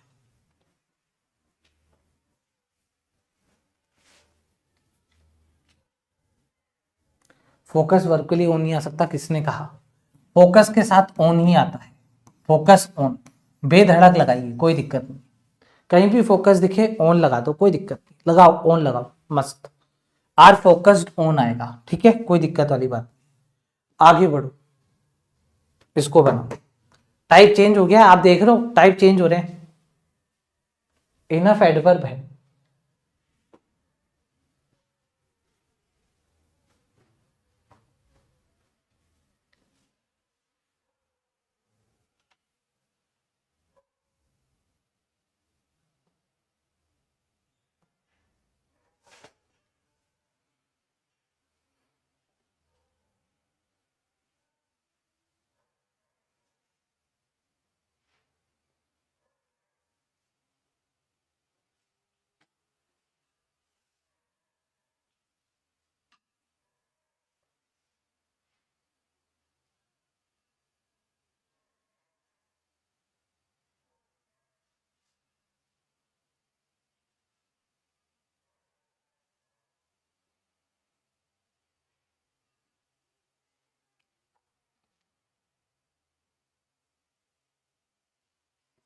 क्या हो गया भाई? 1 मिनट हो गया। डायरेक्शन पढ़ ली? डायरेक्शन में आपको एरर बतानी है ना, which number contain an error, मतलब कौन से सेंटेंस में एरर है आपको ही बताना है। चलो रीड करते हैं, हम रीड ही कर सकते हैं। इन 2008, तो जैसे ही कोई ईयर आता है और वो ईयर पुराना है तो मतलब पास्ट टेंस है। ये बात हमें पहले से ही ध्यान में रखनी है। क्यों मैं बोल रहा हूं? क्योंकि एग्जाम में टेंस की भी एरर आती है। तो जैसे ईयर आए तो एक आपको पॉइंट माइंड में रखना है, यार पास्ट की वर्ब मुझे दिखनी चाहिए क्योंकि पास्ट का टाइम दे रखा है, ठीक है। अब पढ़ो, the global economy faced a massive downturn known as the great recession. कोई दिक्कत? Global economy faced a massive downturn known as the great recession. Article a या फिर article an, article a article an कब भी आए, कभी भी आए तो ध्यान रखना, एक बार चेक कर लो वावल तो नहीं है। अगर आर्टिकल ए के बाद वावल साउंड है तो वो गलत है, आर्टिकल ए एन लगा दो। तो आपने जैसे ये देखा, आप देखो वावल साउंड तो नहीं है, नहीं मैसिव है, मैसिव में वावल साउंड नहीं है, कॉन्सोनेंट है, तो ए सही है। एक बार इसको भी चेक कर लिया करो क्योंकि एग्जाम में आर्टिकल की बहुत एरर आती है। इसका मतलब फर्स्ट तो सही है, फर्स्ट में तो कोई एरर नहीं है, हमें तो एरर वाला आंसर देना है, मतलब ये ऑप्शन नहीं होगा, हटा दो। Major banks collapse under the weight of toxic assets leading to a credit freeze across international market. Government intervened with massive bail out. Bail out का मतलब क्या होता है? देखो मैं बताता हूं बेल आउट का मतलब क्या होता है। बेल आउट के दो मतलब होते हैं, पता है आपको? एक बेल आउट का मतलब होता है किसी की हेल्प करना, है ना। हेल्प करना कैसे? फाइनेंस से, फाइनेंस लॉस में या फाइनेंस प्रॉब्लम में उसकी हेल्प करना। और एक बेल आउट का मतलब होता है, वो मैं लिख नहीं पाऊंगा। बेल आउट का एक मतलब ये भी होता है, आपके नाव में पानी भर गया है, अब आप अपनी नाव में से पानी निकाल निकाल करके बाहर फेंक रहे हैं, तो उसको भी बेल आउट कहते हैं, नाव में पानी भर जाना, ठीक है। दोनों तरीके से बेल आउट यूज होता है। अब यहाँ पे जो बेल आउट यूज हुआ होगा वो हेल्प के लिए यूज हुआ होगा, एड के लिए यूज हुआ होगा, फाइनेंशियल एड के लिए, फाइनेंशियल एड। तो यहाँ पे एरर क्या मैं आपको बताने जा रहा हूं, एरर ये है कि आपने यहाँ पर वर्ब जो देखी वो वर्ब की फर्स्ट फॉर्म है, मतलब ये प्रेजेंट टेंस है, तो मैं एकदम से इसको एरर नहीं लगा सकता था। अगर मैं एकदम से एरर लगा रहा हूं उसको, मैं सोच रहा हूं अरे यार कोलैप्स है, कोलैप्स होगा, मान मैंने ऐसे कोलैप्स कर दिया, तो इसका मतलब मैं क्वेश्चन रट के आया, मुझे आंसर रटे हुए नहीं। एक स्टूडेंट का माइंड ऐसे चलना चाहिए एग्जाम में, उसने पहला सेंटेंस पढ़ा, फुल स्टॉप आ गया। अब आप ये मत देखिएगा कि यार यहाँ पे पास्ट था तो अगला भी पास्ट होगा, क्यों? क्योंकि फुल स्टॉप आ गया तो जरूर थोड़ा ना अगला भी पास्ट होगा। क्या पता हम यहाँ पर बात कर रहे हूं पास्ट की, अब मैं फुल स्टॉप लगा करके क्या पता प्रेजेंट की बात कर रहा हूं। तो इसलिए मैंने इस सेंटेंस को पूरा पढ़ा, आगे गया तो गवर्नमेंट इंटरवीन्ड, अब मैं समझ गया सारी बात पास्ट की हो रही है। तब जाकर के मैं इधर आया वापस, मैंने कहा कोलैप्स को मैंने डाउट में माइंड में रख लिया था कि हो सकता है कोलैप्स हो जाए, लेकिन मैं अभी नहीं कर सकता, क्या पता मैंने पास्ट की बात कर दी और मैं प्रेजेंट पे आ गया हूं, इसलिए मैं उसको एकदम से कोलैप्स नहीं कर पाया। तो जब मैं आगे बढ़ा मैंने कहा यार आगे भी तो इंटरवीन्ड लिखा हुआ है, मतलब बातें सारी पास्ट की है, तो बातें जब सारी पास्ट की है तो बीच में प्रेजेंट क्या करना है, इसलिए यहां पर आपके लिए सेकंड आपका आंसर होगा। और सेकंड ऑप्शन देखो, लगभग सेकंड सेंटेंस लगभग हर एक ऑप्शन में है, तो अब आपको पूरा पढ़ना ही पड़ेगा। थर्ड को आप स्किप कर सकते हो क्योंकि थर्ड कहीं भी नहीं है, लेकिन हम सीख रहे हैं तो मैं थर्ड भी पढ़ देता हूं आपके लिए। आपको मेरी बात समझ में आ रही है, बताइए। चलो, तो कुल मिलाकर के मैंने देखा है 2008 था, तो मेरे माइंड में एक पॉइंट आया कि पास्ट चाहिए, पास्ट चाहिए, तो ये ले भाई V2 आ गया, बात खत्म हो गई। फिर मैंने फुल स्टॉप देखा, फिर मैंने देखा यार कोलैप्स आ रहा है, क्या पता प्रेजेंट की बात हो रही हो, तो मैं आगे बढ़ा, आगे देखा, आगे भी बात ऐसी है कि पास्ट की चल रही है। तो जब बात पास्ट की चल रही है, फिर मैं इधर आकर के इसको कोलैप्स्ड कर दिया। एंड अगर मान लो सेंटेंस नहीं होते तब भी मुझे फिर कोलैप्स्ड करना पड़ता, क्योंकि यहां पर बोला जा रहा है ना, major banks collapsed under the weight of toxic assets leading to a credit freeze across international market. तो इसका रिजल्ट ये आया, तो रिजल्ट भी तो पास्ट में ही आया होगा, तो ये आ गया कोलैप्स्ड, कोलैप्स्ड हो गया, ठीक है। तो यहां पर ये एरर है, ठीक है। अब आगे बढ़ते हैं। गवर्नमेंट इंटरवीन्ड विद किसके साथ आए, मैसिव बेल आउट पैकेजेस के साथ आए टू स्टेबलाइज करने के लिए शेकी फाइनेंशियल सिस्टम, जो फाइनेंशियल सिस्टम अनस्टेबल हो गया था उसको स्टेबल करने के लिए। थर्ड में वैसे भी कोई एरर नहीं, यहाँ पे लिखा भी नहीं है। अब अपन आते हैं फोर्थ पे, मिलियंस ऑफ जॉब्स। तो आपको पता है कि जब कभी भी अगर मिलियन आ रहा है, जब कभी भी अगर बिलियन आ रहा है, अगर 100 आ रहा है ना, अगर 1000 आ रहा है, ये सब क्या है, न्यूमरल नाउन है। 100 आ रहा है, न्यूमरल नाउन मतलब इसमें कोई नंबर है। मैं ईयर की बात नहीं कर रहा, ईयर में कोई नंबर नहीं है, ईयर कोई न्यूमरल नाउन नहीं है, ईयर में कोई गिनती नहीं होती है। मैं मंथ की बात नहीं कर रहा हूं, मैं यहां पर वीक की बात नहीं कर रहा हूं, मैं यहां पे डे की बात नहीं कर रहा हूं, ठीक है। ये सब न्यूमरल नाउन में नहीं आते, ये सब नॉर्मल नाउन होते हैं। न्यूमरल नाउन में जिसमें पैसा होता है, क्या ईयर में पैसा है, क्या मंथ में पैसा है, क्या वीक में पैसा है, डे में पैसा नहीं है, इनमें पैसा है। हालांकि बिना पैसे की भी आप इसको यूज कर सकते हो, मान लो आप किसी का नंबर बताना, लेकिन याद रखने का तरीका क्या है, जिसमें पैसा है, 1000 में पैसा है, 100 में पैसा है ना, बिलियन में, ट्रिलियन में, मिलियन में पैसा है, जिसमें पैसा है, अगर उससे पहले आपने कोई डिजिट लगा दी, मान लो बिलियन से पहले मैंने 1 लगा दिया, 1 नहीं लगाना, मैंने आर्टिकल ए लगा दिया, 1 नहीं लगाना, 2 लगा दिया, 2। तो जब भी इन न्यूमरल डिजिट से पहले, सॉरी न्यूमरल नाउन से पहले या जिसमें पैसा होता है उससे पहले कोई डिजिट आ रही है, तो ये मिलियन कभी भी प्लूरल नहीं होगा। अगर डिजिट नहीं आ रही है तो ये हमेशा प्लूरल होगा। क्या मिलियन से पहले कोई डिजिट आ रही है, नहीं, तो मतलब ये मिलियंस ही होगा, और मिलियंस होगा तो ऑफ भी आएगा, ऑफ जॉब्स आएगा। तो मिलियंस के लिए वन आ गया, lost as company downside to survive the harsh economic climate. Fourth भी सही है, अगर फोर्थ सही है तो ये आंसर नहीं हो सकता, क्योंकि हमें एरर वाला ढूंढना है। अब अपन फिफ्थ पे चलते हैं, अगर फिफ्थ में भी एरर नहीं है तो आंसर सी होगा। फिफ्थ को पढ़ते हैं। अब क्या बोला जा रहा है, इकोनॉमिस्ट एग्री। अब आप क्या होगे, सर एग्री आ गया, एग्रीड करो, हो सकता है ना, क्योंकि तुम यही सोच रहे हो ना कि देखो सर ये पास था, देखो 2008 की बात है सर, आपने फेज यहाँ पर V2 पढ़ा, इसको कोलैप्स करा, यहाँ पर इंटरवीन था, अब सर इसको एग्रीड कर दो। यही मैं आपको सिखाने जा रहा हूं कि देखते ही हम नहीं कर सकते, हमें पढ़ना पड़ेगा, सेंस देखना पड़ेगा। कहा जा रहा है इकोनॉमिस्ट एग्री हैं that it was the worst. पहली बात तो डी के बाद ये वर्स गलत है, तो मतलब इकोनॉमी आज भी एग्री है, तो वो एग्री आज वाला है, इसलिए मैंने जो बात आपको ऊपर समझाई थी वो यहां कनेक्ट हो गई। तो इकोनॉमिस्ट आज भी एग्री है क्या, इट वाज वो वर्स्ट फाइनेंशियल क्राइसिस था दी वर्ल्ड, जो वर्ल्ड ने फेस किया था सिंस दी 1930। आई बात समझ में? तो इसका मतलब ये जो मैंने एग्री लिखा है ये आज भी इकोनॉमिस्ट एग्री करते हैं, आज भी एग्री करते हैं। 1930 से वो सबसे वर्स्ट फाइनेंशियल क्राइसिस था, मतलब फिफ्थ में भी एरर है, तो आपका आंसर डी आ जाएगा। बताओ कैसा लगा क्वेश्चन, फटाफट बताइए कैसा लगा आपको क्वेश्चन।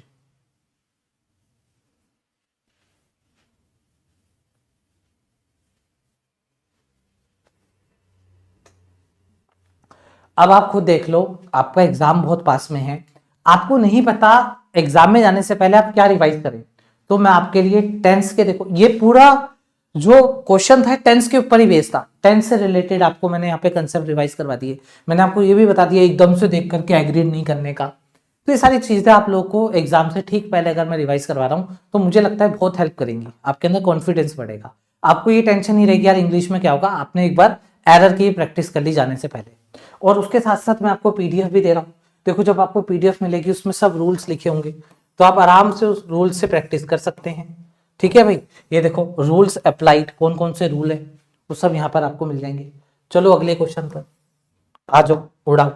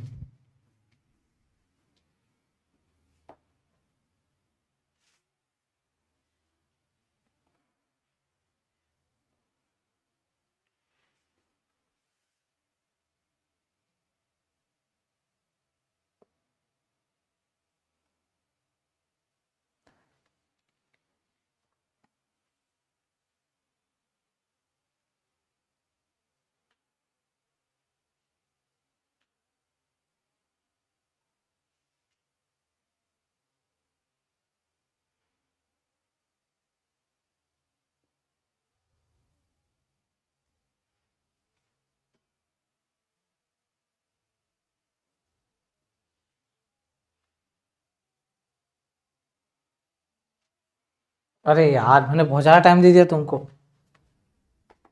बहुत ज्यादा टाइम दे दिया, कोई बात नहीं, आ जाओ। एरर, एरर आ जाओ। अ कोर, अरे वाह क्या बात है, किसने पकड़ा है क्वेश्चन। सुनो इधर आओ, मेरी बात सुनो। अभी हम क्या खेल रहे थे, ग्रामर ग्रामर खेल रहे थे ना अपन, सिर्फ ग्रामर ग्रामर खेल रहे थे। लेकिन मैं आपको ये बताना चाह रहा हूं, अगर 5 क्वेश्चन आएंगे तो 5 क्वेश्चन में से 4-1 का रेशियो आएगा। 4 क्वेश्चन में आपकी लगेगी ग्रामर और रूल्स, जो एक क्वेश्चन है उसमें लगेगी रीडिंग, और रीडिंग एग्जाम में सिर्फ और सिर्फ वोकैब बेस्ड लगेगी। अब ये सर वोकैब बेस्ड रीडिंग क्या है, थोड़ा समझाओ। वो ये है कि यहाँ पे टेनेंट्स लिखा हुआ है, क्या लिखा हुआ है, टेनेंट्स। टेनेंट लिख लो आप, एक ही है ना, टेनेंट लिख लो, एक होता है टेनेंट। देखो यहाँ पे टेनेंट है, ना की आवाज आ रही है, यहाँ पे सिर्फ टेनेंट है। देखो टेनेंट, टेनेंट, ना की आवाज आ रही है, यहाँ पे टेनेंट है, यहाँ पे एक और ना की आवाज नहीं आ रही। याद कैसे रखना है, देखो पीछे आंट लिखा हुआ है, आंट देखो 10 प्लस आंट, अबे आंट। अब ये जो आंट है, 10 आंटियां रहने आई किराए पर, 10 आंटियां रहने आई किराए पर, तो इसका मतलब ये जो 10 एंट होता है, मतलब 10 आंट होता है ना।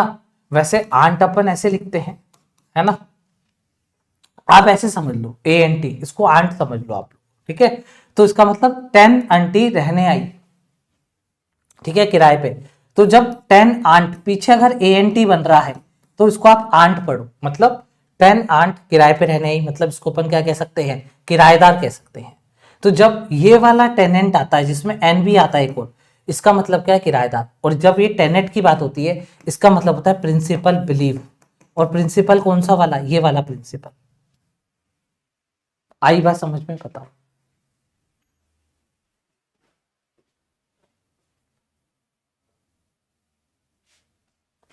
क्लियर। तो इसका मतलब यहां पर ये वोकैब की प्रॉब्लम है, कैसे पता चला, आगे पढ़ो। दी कोर, अब कोर टेनेंट, टेनेंट गलत है, कोर किराएदार नहीं होगा, कोर प्रिंसिपल होगा, कोर बिलीफ होगा, core principle of the new management philosophy in open communication between all levels. अब आप कहोगे सर बिटवीन गलत है, अमंग लगाओ। मुझे पता है, मतलब तुम्हारा आंसर यार सही आ गया क्या, हाँ सही हो गया तुम्हारा आंसर। तुमने बिटवीन को अमंग समझ के लगाया होगा, मुझे पता है, तुमने ये देखा भी नहीं होगा, तुमने कहा है बिटवीन गलत है, ऑल लेवल्स आ रहा है, अमंग लगाओ। नहीं, अगर कम्युनिकेशन की बात है तो कम्युनिकेशन बिटवीन होता है, गैप है तो गैप बिटवीन होता है। चाहे तुम कम्युनिकेशन के बाद कितना भी प्लूरल लिख लो, बिटवीन लगाना पड़ता है। गैप आ रखा है तो गैप के बाद तुम कितना भी प्लूरल लिख लो, बिटवीन लगाना पड़ता है। तो गैप बिटवीन होता है, कम्युनिकेशन बिटवीन होता है, डायलॉग बिटवीन होता है। तो इसका मतलब ये है कि बिटवीन यहाँ पे सही है, यहां पर ये गलत था, वो बाय लक तुम्हारा आंसर सही हो गया। तो मतलब फर्स्ट में एरर है, फर्स्ट वाला आंसर हमारा हो गई होगा, ये ऑप्शन हटा दो। क्या क्लियर है बताओ? ठीक है, समझ गए आप लोग? मेरी इस बात को समझ गए ना आप लोग? बताओ।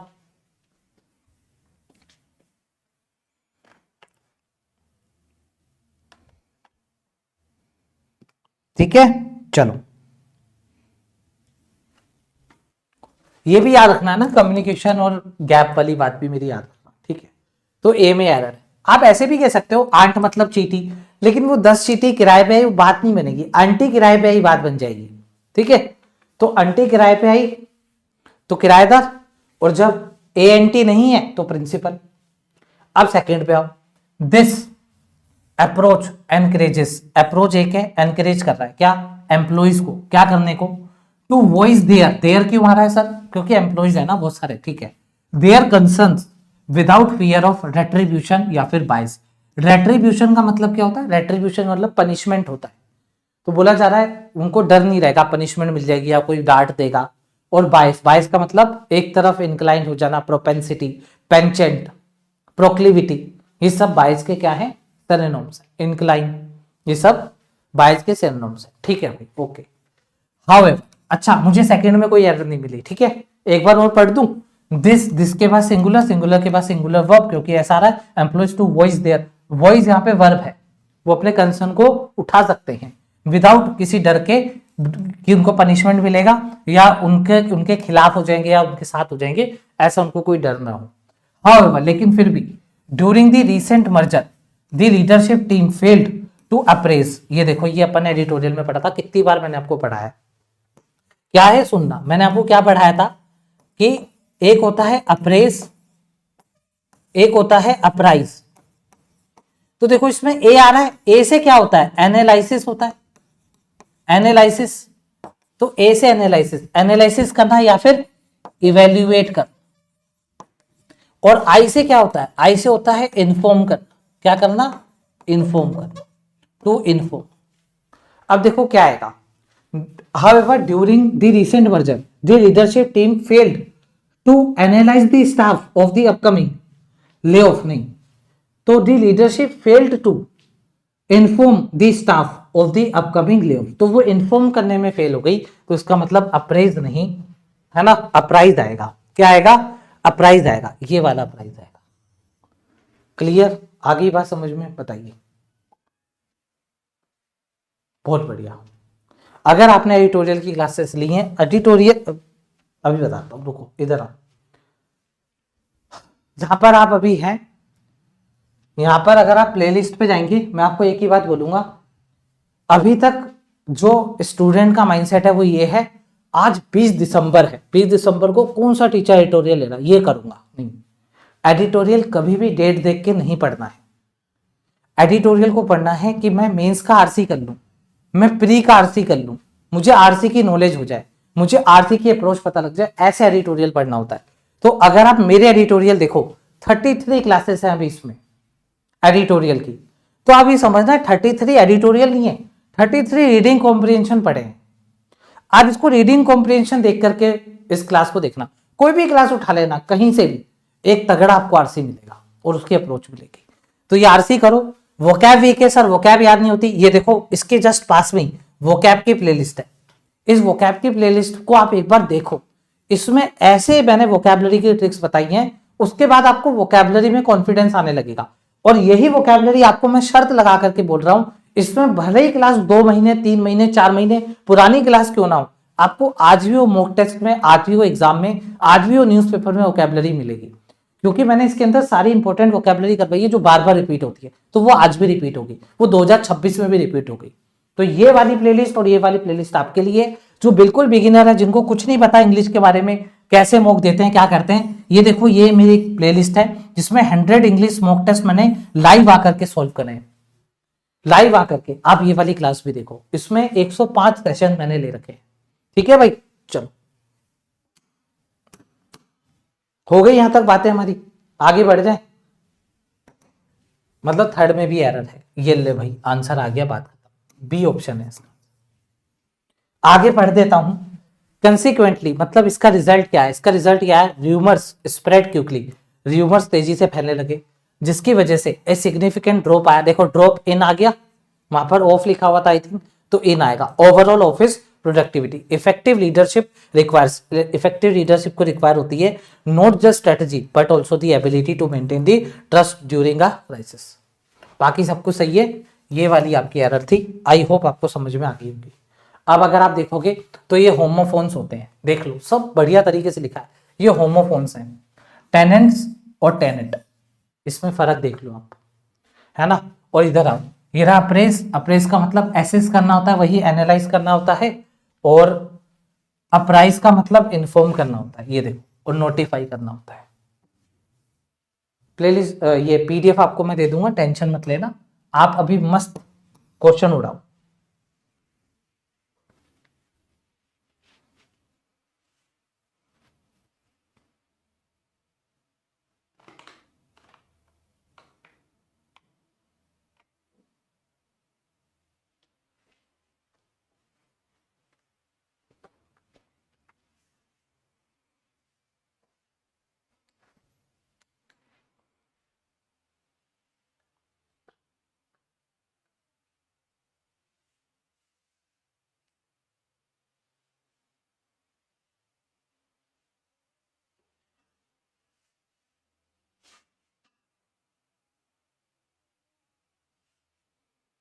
चलिए 45 सेकेंड बहुत है, आ जाइए।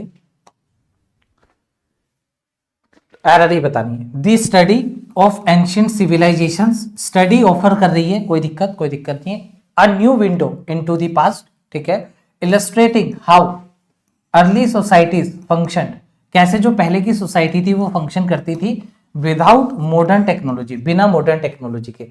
ए में कोई एरर लग रही है?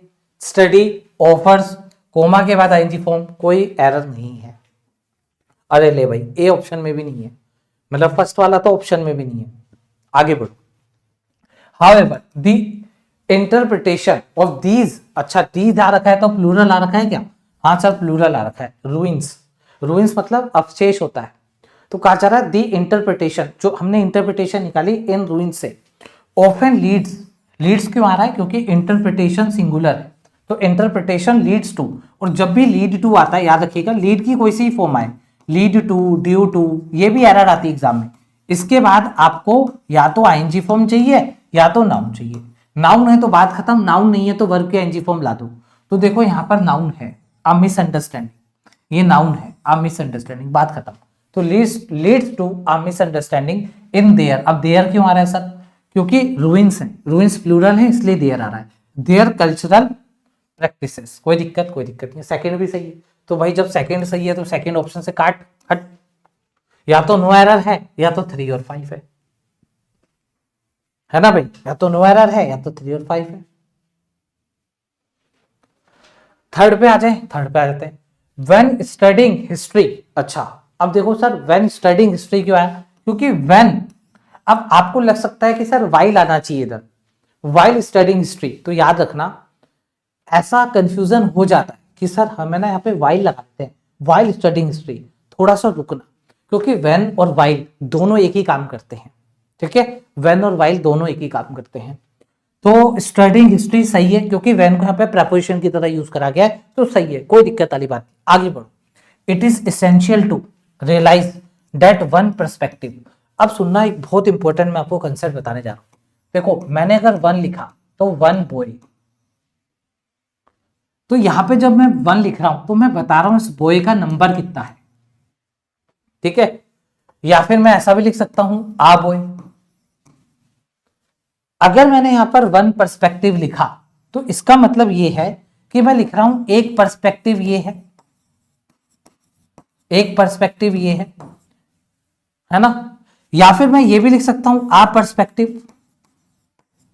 तो इसका मतलब क्या सेंस आना चाहिए? एक पर्सपेक्टिव की बात होनी चाहिए। अब आप इधर पढ़ो, देखो व्हेन स्टडिंग हिस्ट्री, जब हम हिस्ट्री स्टडी करते हैं, it is essential to realize, ये रियलाइज करना बहुत जरूरी है क्या? डेट वन पर्सपेक्टिव, नहीं किसी का perspective, one perspective, one perspective is often shaped bye, तो एक पर्सपेक्टिव नहीं, जो वंस मतलब किसी बंदे का जो पर्सपेक्टिव है वो अक्सर शेप्ड बाय, अक्सर इन्फ्लुएंस्ड होता है कंटेम्पररी बाइसेस से। कंटेम्पररी बाइसेस का मतलब क्या है? कंटेम्पररी मतलब जो आज का जमाना है, प्रेजेंट डे है, तो वो जब पढ़ेगा ना कहीं वो आज को रिलेट करते हुए पढ़ेगा। तो इसका मतलब यहाँ पे वंस पर्सपेक्टिव आएगा, क्योंकि यहाँ पर बात हो रही है उसके पर्सपेक्टिव को शेप किया जाता है, तो वंस आना चाहिए, वन नहीं आएगा। तो सर वन कब आएगा? तो पढ़ के चेक करो कि वहां पर एक बोए या आ बोए, वन पर्सपेक्टिव या आ पर्सपेक्टिव, दोनों अगर सही है, मतलब आपको लग रहा है कि बॉय के साथ मैं वन लिखूंगा तब भी सही है, अगर मैं बॉय के साथ आ लिख रहा हूं तब भी सेम मीनिंग आ रहा है, तब मतलब वहां पे वन सही है। अब आप यहां पर एक बार वन को हटा करके आर्टिकल ए पढ़ो, a perspective is often shaped by नहीं बैठेगा, तो इसका मतलब ये है वंस पर्सपेक्टिव, किसी का पर्सपेक्टिव। ठीक है, आई बात समझ में? बताओ। चलो, तो one's perspective is often shaped by contemporary biases. तो थर्ड में कोई एरर है क्या? हाँ एरर है सर, ये ही एरर, तो थर्ड को पकड़ो भाई, कहाँ है थर्ड? ये रहा थर्ड, फिफ्थ में आ जाओ। अब अगर थर्ड में एरर मिल गई मतलब फिफ्थ में होगी, पढ़ लेता हूं एक बार, देख लेता हूं, है ना? आ जाओ। Artifacts such as poetry and seals provide क्यों आ रहा है? क्योंकि आर्टिफैक्ट्स एक से ज्यादा है तो प्रोवाइड आएगा। प्रोवाइड टेंजिबल एविडेंस, टेंजिबल मतलब जो दिख रहे हैं, नोटिसेबल है, जिसको अपन देख सकते हैं, टच कर सकते हैं, of the daily lives and trade relations of these people. सही है, सही है। फिफ्थ में देखो, फाइनली आर्कियोलॉजिकल अलाउस, नहीं आर्कियोलॉजिकल नहीं, आर्कियोलॉजी। क्यों? क्योंकि देखो फाइनली के बाद आपने यहां पर जो भी लिखा वो सब्जेक्ट है, तभी तो वर्ब आई, तो आर्कियोलॉजिकल तो एडजेक्टिव है, आर्कियोलॉजी होगा। फिफ्थ में भी एरर होगी, ये तो इजी एरर थी। हाँ ये थर्ड वाली आपको टफ लग सकती है एरर, बाकी इजी थी।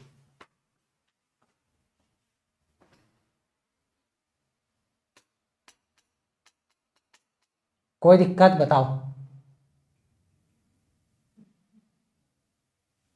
आ गया समझ में सबको? ठीक है यार, मुझे ऐसा क्यों लग रहा है कि और कुछ तो नहीं रह गया, और कुछ गड़बड़ तो नहीं है इसमें। The study of ancient civilisation offer आ गया, ठीक है। अ विंडो इनटू पास्ट आ गया, ठीक है, इनटू पास्ट ही आएगा, हाँ। Illustrating how early societies function without modern technology, ठीक है। हाउ सही है, सेकंड सही है ना, फर्स्ट अच्छा, सेकंड ये वाला है। The interpretation of these ruins often leads to misunderstanding in their cultural practice, सही है। तो इसका आंसर क्या आएगा? ऑप्शन नंबर कहाँ पे? ऑप्शन नंबर बी आएगा। चलो अगला क्वेश्चन, इसको बनाओ।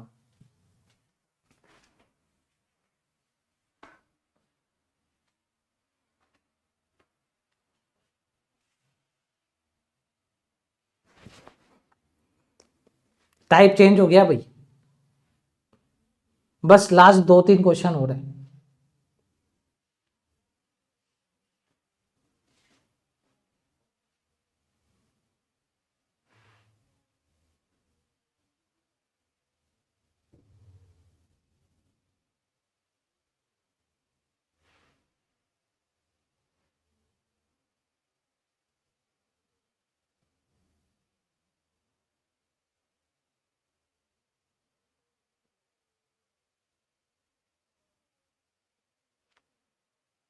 चलिए, ये टाइप चेंज है इसलिए आपको ज्यादा टाइम दिया, लेकिन सबसे इजी टाइप है। क्यों? क्योंकि आपको ये बताना है कि जो बोल्ड में है उसमें से कौन सा एरर वाला है। देखो, you have to identify parts containing a grammatical contextual error, तो आपको बोल्ड करके दे रखा है किस में एरर है, तो आप एकदम से बोल्ड वाला नहीं पढ़ सकते, आपको फ्लो बनाना पड़ेगा। फ्लो बनाते हैं। रिसेंट स्टडीज सजेस्ट, स्टडीज एक से ज्यादा है तो सजेस्ट आएगा क्या? That the most potent, potent का मतलब आपको पता है ना, पावरफुल। पोटेंट का मतलब पावरफुल होता है, फॉर्मिडेबल टाइप, पावरफुल। इम्पोर्टेंट अगर होता तो वीक हो जाता, इम्पोर्टेंट मतलब वीक होता है, ठीक है।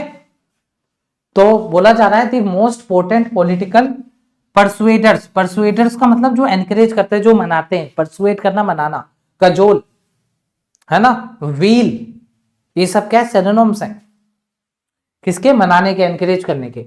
आर ऑफन दोज हुम, अब हुम अगर आया है तो आपको पता है हुम कब आता है, मैं बता देता हूं। हुम आता है सर जब इसके बाद, हुम के बाद हमारे हाथ में एक्स्ट्रा वर्ब नहीं होती है, नहीं होती है। जब एक्स्ट्रा वर्ब नहीं होती ना तभी हूम आता है। तो आपने देखा डिस्कस लिखा हुआ है, एक्स्ट्रा वर्ब है तो हु आएगा, मतलब ए में एरर है। तो या तो आपका आंसर ये बनेगा या तो ये बनेगा।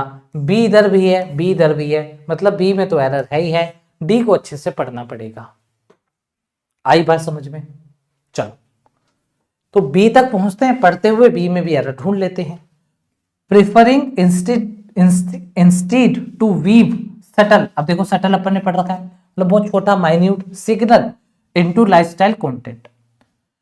अनलाइक ट्रेडिशनल पंडिट्स हुज, तो कभी भी हु के साथ एपोस्ट्रोफी एस नहीं आती है। अगर आपको हुज लिखना है तो हुज के जस्ट बाद नाउन कंपलसरी है। तो क्या नाउन आ रखा है? हाँ रीच, रीच मतलब पहुंच, तो हुज रीच आएगा। तो मतलब बी में एरर थी, हमें पहले से ही पता था। Limited to partition bubbles, these creators foster a sense of intimacy with their audience. This strategy allow them to influence public opinion more deeply than direct advocacy support, as the message feels organic rather than forced. Consequently, the audience is less likely to have their guard up against the perceived ideology institutions, believing the creator is one of their own. तो जब भी ये वाला there आएगा तो आपको पता होना चाहिए इस देयर के बाद वर्ब आती है और ओन वर्ब है नहीं, तो ये वाला देयर गलत है, आपको ये वाला देयर लगाना पड़ेगा। मतलब डी में भी एरर है तो इसका आंसर डी आ जाएगा। क्या क्लियर है बताइए? कोई दिक्कत किसी को? अब मैं आपको एक बात बताता हूं, देखो मैंने कितनी बेवकूफी करी। मैंने ए को पढ़ लिया था, ए में एरर मिल गई थी, बी में पता था एरर है फिर भी मैं पढ़ा, और जब पता है मुझे डी में ही आगे ऑप्शन है, ऑप्शन में डी है, तो भी मैं यहाँ पे बेवकूफों की तरह पढ़ते हुए गया। यही बेवकूफी हमें एग्जाम में नहीं करनी। हमें नहीं समझना यहाँ क्या लिखा है, कुछ भी लिखा हो यहाँ पर, भले यहाँ पर ये लिखा हो कि आगे के जो क्वेश्चन है उनके आंसर ऐसे ऐसे हैं, लगा देना। मान लो इस लाइन में ऐसा भी लिखा होता कि आगे के जो क्वेश्चन है पहले का आंसर ए लगाइयो फिर बी लगाइयो फिर सी, तब भी हमें नहीं पढ़ना है, क्योंकि हमें पता है कि ए और बी में एरर थी, डी को पढ़ना था, सीधा डी पे जाना था। डी में भी यूं नहीं पढ़ना था, चाहो तो यहां से उठा लेते। आई बात समझ में? समझ पा रहे हो आप मैं क्या बोलना चाह रहा हूं? ठीक है, तो मतलब मैं बेवकूफ निकला जो मैंने पढ़ लिया इसको, आप लोग आगे से ध्यान रखना, डी इसका आंसर आ जाएगा। ठीक है, अच्छा एक चीज और आपने नोटिस करी आज की क्लास में, एक चीज और, आप इसकी लैंग्वेज देखो, मतलब जो सेंटेंस लिए गए हैं उनकी लैंग्वेज, उनका लेवल आप लोग देखो। लेवल में आप लोगों को वही सारी वोकैबलरी जो हम न्यूज़पेपर में पढ़ते हैं वही यूज हो रही है, जो एग्जाम में आ रही है लैंग्वेज वही यूज हो रही है। मतलब जो अभी रिसेंट ट्रेंड चल रहा है ना, जिस आर्टिकल्स का, जिस न्यूज का, वही सारी चीजें ली जा रही हैं। तो ये वही आर्टिकल्स हैं, ये वही लैंग्वेज है जो एग्जाम में यूज हो रही है। हम उसी सोर्स से सारा कंटेंट बना रहे हैं, जितना भी कंटेंट बन रहा है सब उन्हीं सोर्सेज से बन रहा है जो 2025 में एग्जामिनर ने जहां जहां से इंग्लिश के क्वेश्चन बनाए। मान लो किसी मैगजीन से क्लोज टेस्ट बना दिया तो हम उसी मैगजीन से और क्वेश्चंस बना रहे हैं। मान लो किसी और आर्टिकल से आरसी बना तो हम उसी आर्टिकल से और आरसी या एरर के क्वेश्चंस को बना रहे हैं। तो हम सेम उसी सोर्सेज पे चल रहे हैं जो सोर्सेज एग्जामिनर यूज कर रहा है। चल इधर आ जाओ, उसको बना।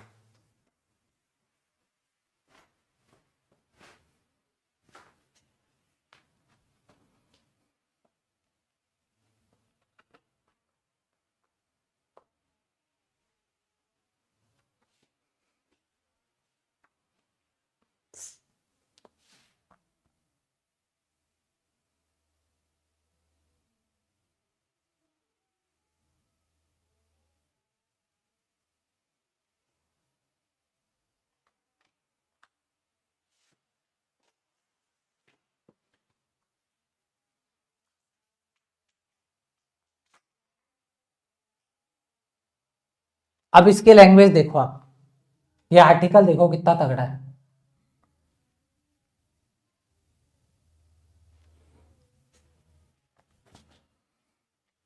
चलिए आ जाइए, इसको बनाते हैं। कैसे? बाय ऑप्शन जाना ही पड़ेगा, मतलब रीड करना ही पड़ेगा। डिस्टिंक्शन, डिस्टिंक्शन का मतलब क्या होता है?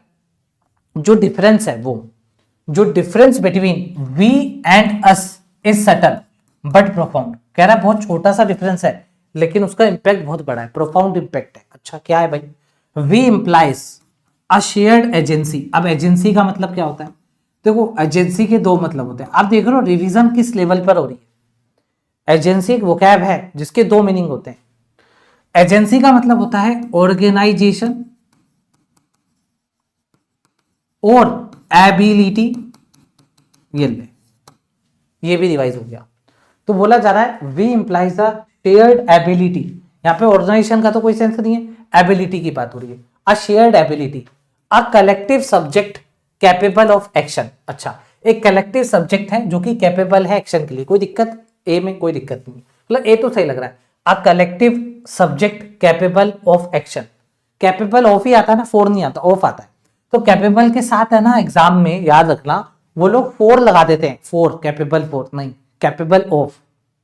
कैपेबल फोर अच्छा लगता है लेकिन ऑफ नहीं है, सॉरी कैपेबल फोर अच्छा लगता है लेकिन कैपेबल फोर नहीं आता, कैपेबल ऑफ ही आता है। ठीक है ओके, ए मतलब सही है, ए सही है तो ये ऑप्शन गया। अब बी देखो पढ़ने की जरूरत नहीं है क्योंकि यहां से हमारे को पता लग रहा है कि बी सही होगा। आंसर या तो सी है या तो डी है या दोनों है।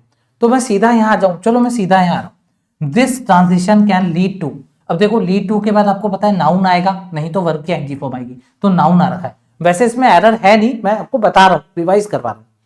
Where the primary goal becomes, तो जो प्राइमरी गोल है वो बन रहा है क्या, protecting the groups borders rather than foster. ओहो अब इधर आओ, देखो सुनो, इसी पेज में बता देता हूं। चलो देखो ये जो रेदर देन है ना, और रेदर, रेदर देन हो गया, बट हो गया, ठीक है, एंड हो गया, ये सब क्या करते हैं, अगर आपको लग रहा है रेदर देन के बाद कोई वर्ब आ रही है, अगर वर्ब आ रही है तो तभी गौर करना, नहीं तो आपको कोई गौर करने की जरूरत नहीं। बट के बाद वर्ब आ रही है, एंड के बाद वर्ब आ रहा है, तो देखो एंड के बाद आपने बहुत बार पढ़ लिया, आपको रट गया है ना भाई। एंड के बाद आपने बहुत बार पढ़ लिया, आपको रट गया है। एंड के बाद सर पैरेललिज्म देखते हैं, लेकिन एंड के साथ साथ बट और रेदर देन के बाद भी पैरेललिज्म देखा जाता है, ये कौन बताएगा एग्जाम से ठीक पहले, मैं रिवाइज करवा रहा हूं आप लोगों को। तो एंड के बाद तुम वर्ब को ध्यान से देखते हो ना, ऐसे ही बट के बाद अगर वर्ब आए तो ध्यान से देखो, रेदर देन के बाद वर्ब आए तो ध्यान से देखो। रेदर देन के बाद ये फोस्टर लगा रहा है, क्या इससे पहले फोस्टर है, फोस्टर बोले तो वर्ब की फर्स्ट फॉर्म है। आप कहोगे नहीं सर प्रोटेक्टिंग है, तो भाई यहाँ पे फोस्टरिंग लगा, तो इसका मतलब यहाँ पर भी आईएनजी फॉर्म आएगा, फोस्टरिंग आएगी। मिल गई एरर, मिल गई एरर, सी में एरर है। अब डी को चेक करते हैं। Mutual understanding ultimately the struggle lies in defining identity without succumbing, without के पास कमिंग आएगा, कमिंग टू होता है फिक्स्ड प्रपोजिशन की एरर। देखो capable of fixed proposition of ही होता है, स्कम्प टू होता है, स्कम्प का मतलब क्या होता है, गिव अप कर देना, हार जाना, हथियार डाल देना, तो coming to the trap of exclusion, तो इसका मतलब इनटू नी टू आएगा, मतलब आंसर भी आएगा, बात खत्म। ये था लेवल आज के क्वेश्चन का। देखूं खत्म तो नहीं हो गए क्वेश्चन, मजा आ रहा है यार, आज तो और क्वेश्चन आने चाहिए। आहा है भाई है, आ जाओ, मजा आ रहा है ना, बनाओ इसको।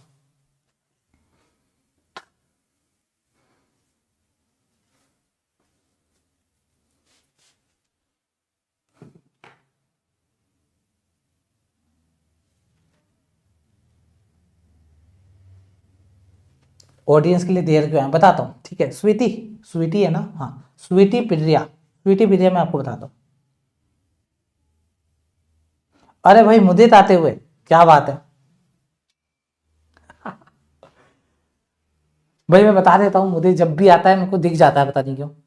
मुदित लास्ट ईयर आरआरबी पीओ में सेलेक्ट हो चुका है, अभी आरआरबी पीओ में है ना। और देखो आप लोग आरआरबी पीओ की क्लास कर रहे हो, तो लास्ट ईयर ये भी लाइव, हर एक क्लास लाइव ज्वाइन करते थे और आज पीओ बने हुए हैं भाई। आ जाओ भाई इसको बनाते हैं। दी मॉडर्न ऑब्सेशन, और आप में से ऐसे बहुत सारे स्टूडेंट होंगे, जब मैं अगले साल के लिए आरआरबी पीओ की क्लास ले रहा हूँ तो आप भी आकर के ऐसे ही कमेंट करेंगे, सर लास्ट ईयर मैं पढ़ा करता था, आज मैं पीओ हूं। फिर मैं उन स्टूडेंट को भी ऐसे ही आगे के लिए मोटिवेट कर रहा हूँ।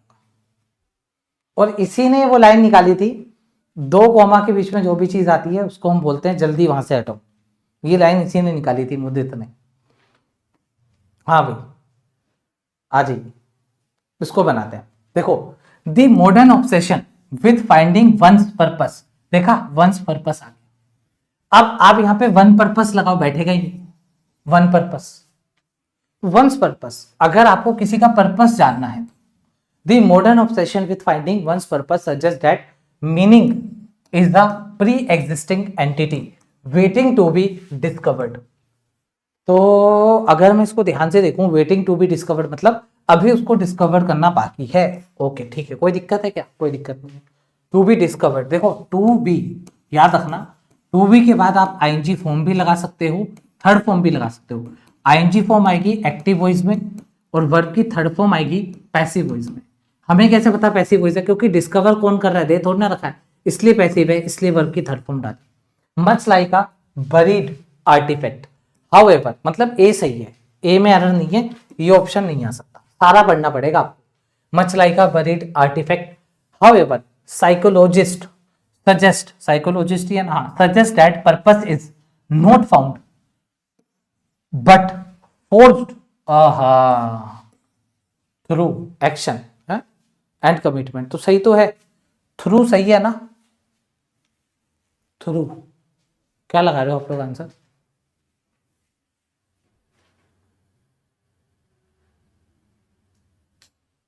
ए लगा रहे हो क्या आप लोग? चलो चेक करता हूं। देखो, that purpose is not found but forced, through नहीं आना चाहिए, फोर्स टू आना चाहिए, फोर्स थ्रू एक्शन, थ्रू में force to, not found but force to action and commitment. By engaging deeply with our interest we build a sense of meaning. We build सही है, सब present tense में चल रहा है, हाँ सब प्रेजेंट टेंस में चल रहा है। सजेस्ट, हाँ सब प्रेजेंट, तो बिल्ड सही है। We build a sense of meaning that evolves, तो मीनिंग भी सही है, एवॉल्व्स भी आ रहा है। Therefore, the anxiety of searching for the perfect part is often misplaced. The real task is to construct, actively construct a life. बाकी सब सही लग रहा है, बी में ही गड़बड़ लग रही है क्योंकि फोर्स के बाद, अरे यार ये दोरो लिखा हुआ है क्या? ओके, हाँ देखा, मतलब मेरे को क्लिक हुआ, फिर भी मैं वही गलती कर गया जो स्टूडेंट करता है।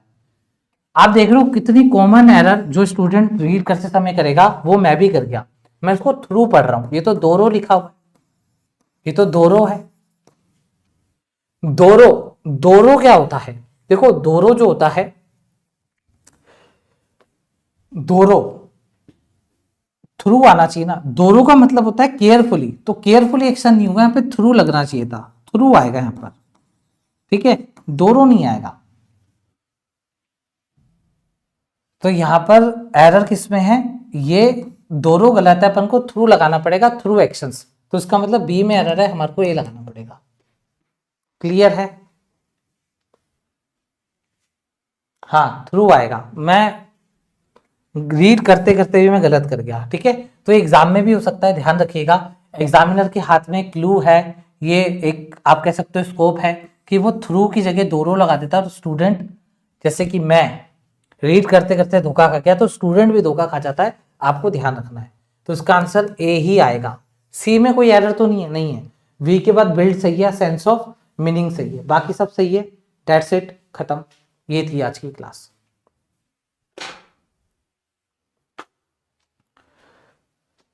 तो दोस्तों आज की क्लास में यहीं तक रखता हूं। मुझे एक छोटी सी क्लास रखनी थी 1 से 1.5 घंटे की, जो मैंने आपके सामने क्लास रखी।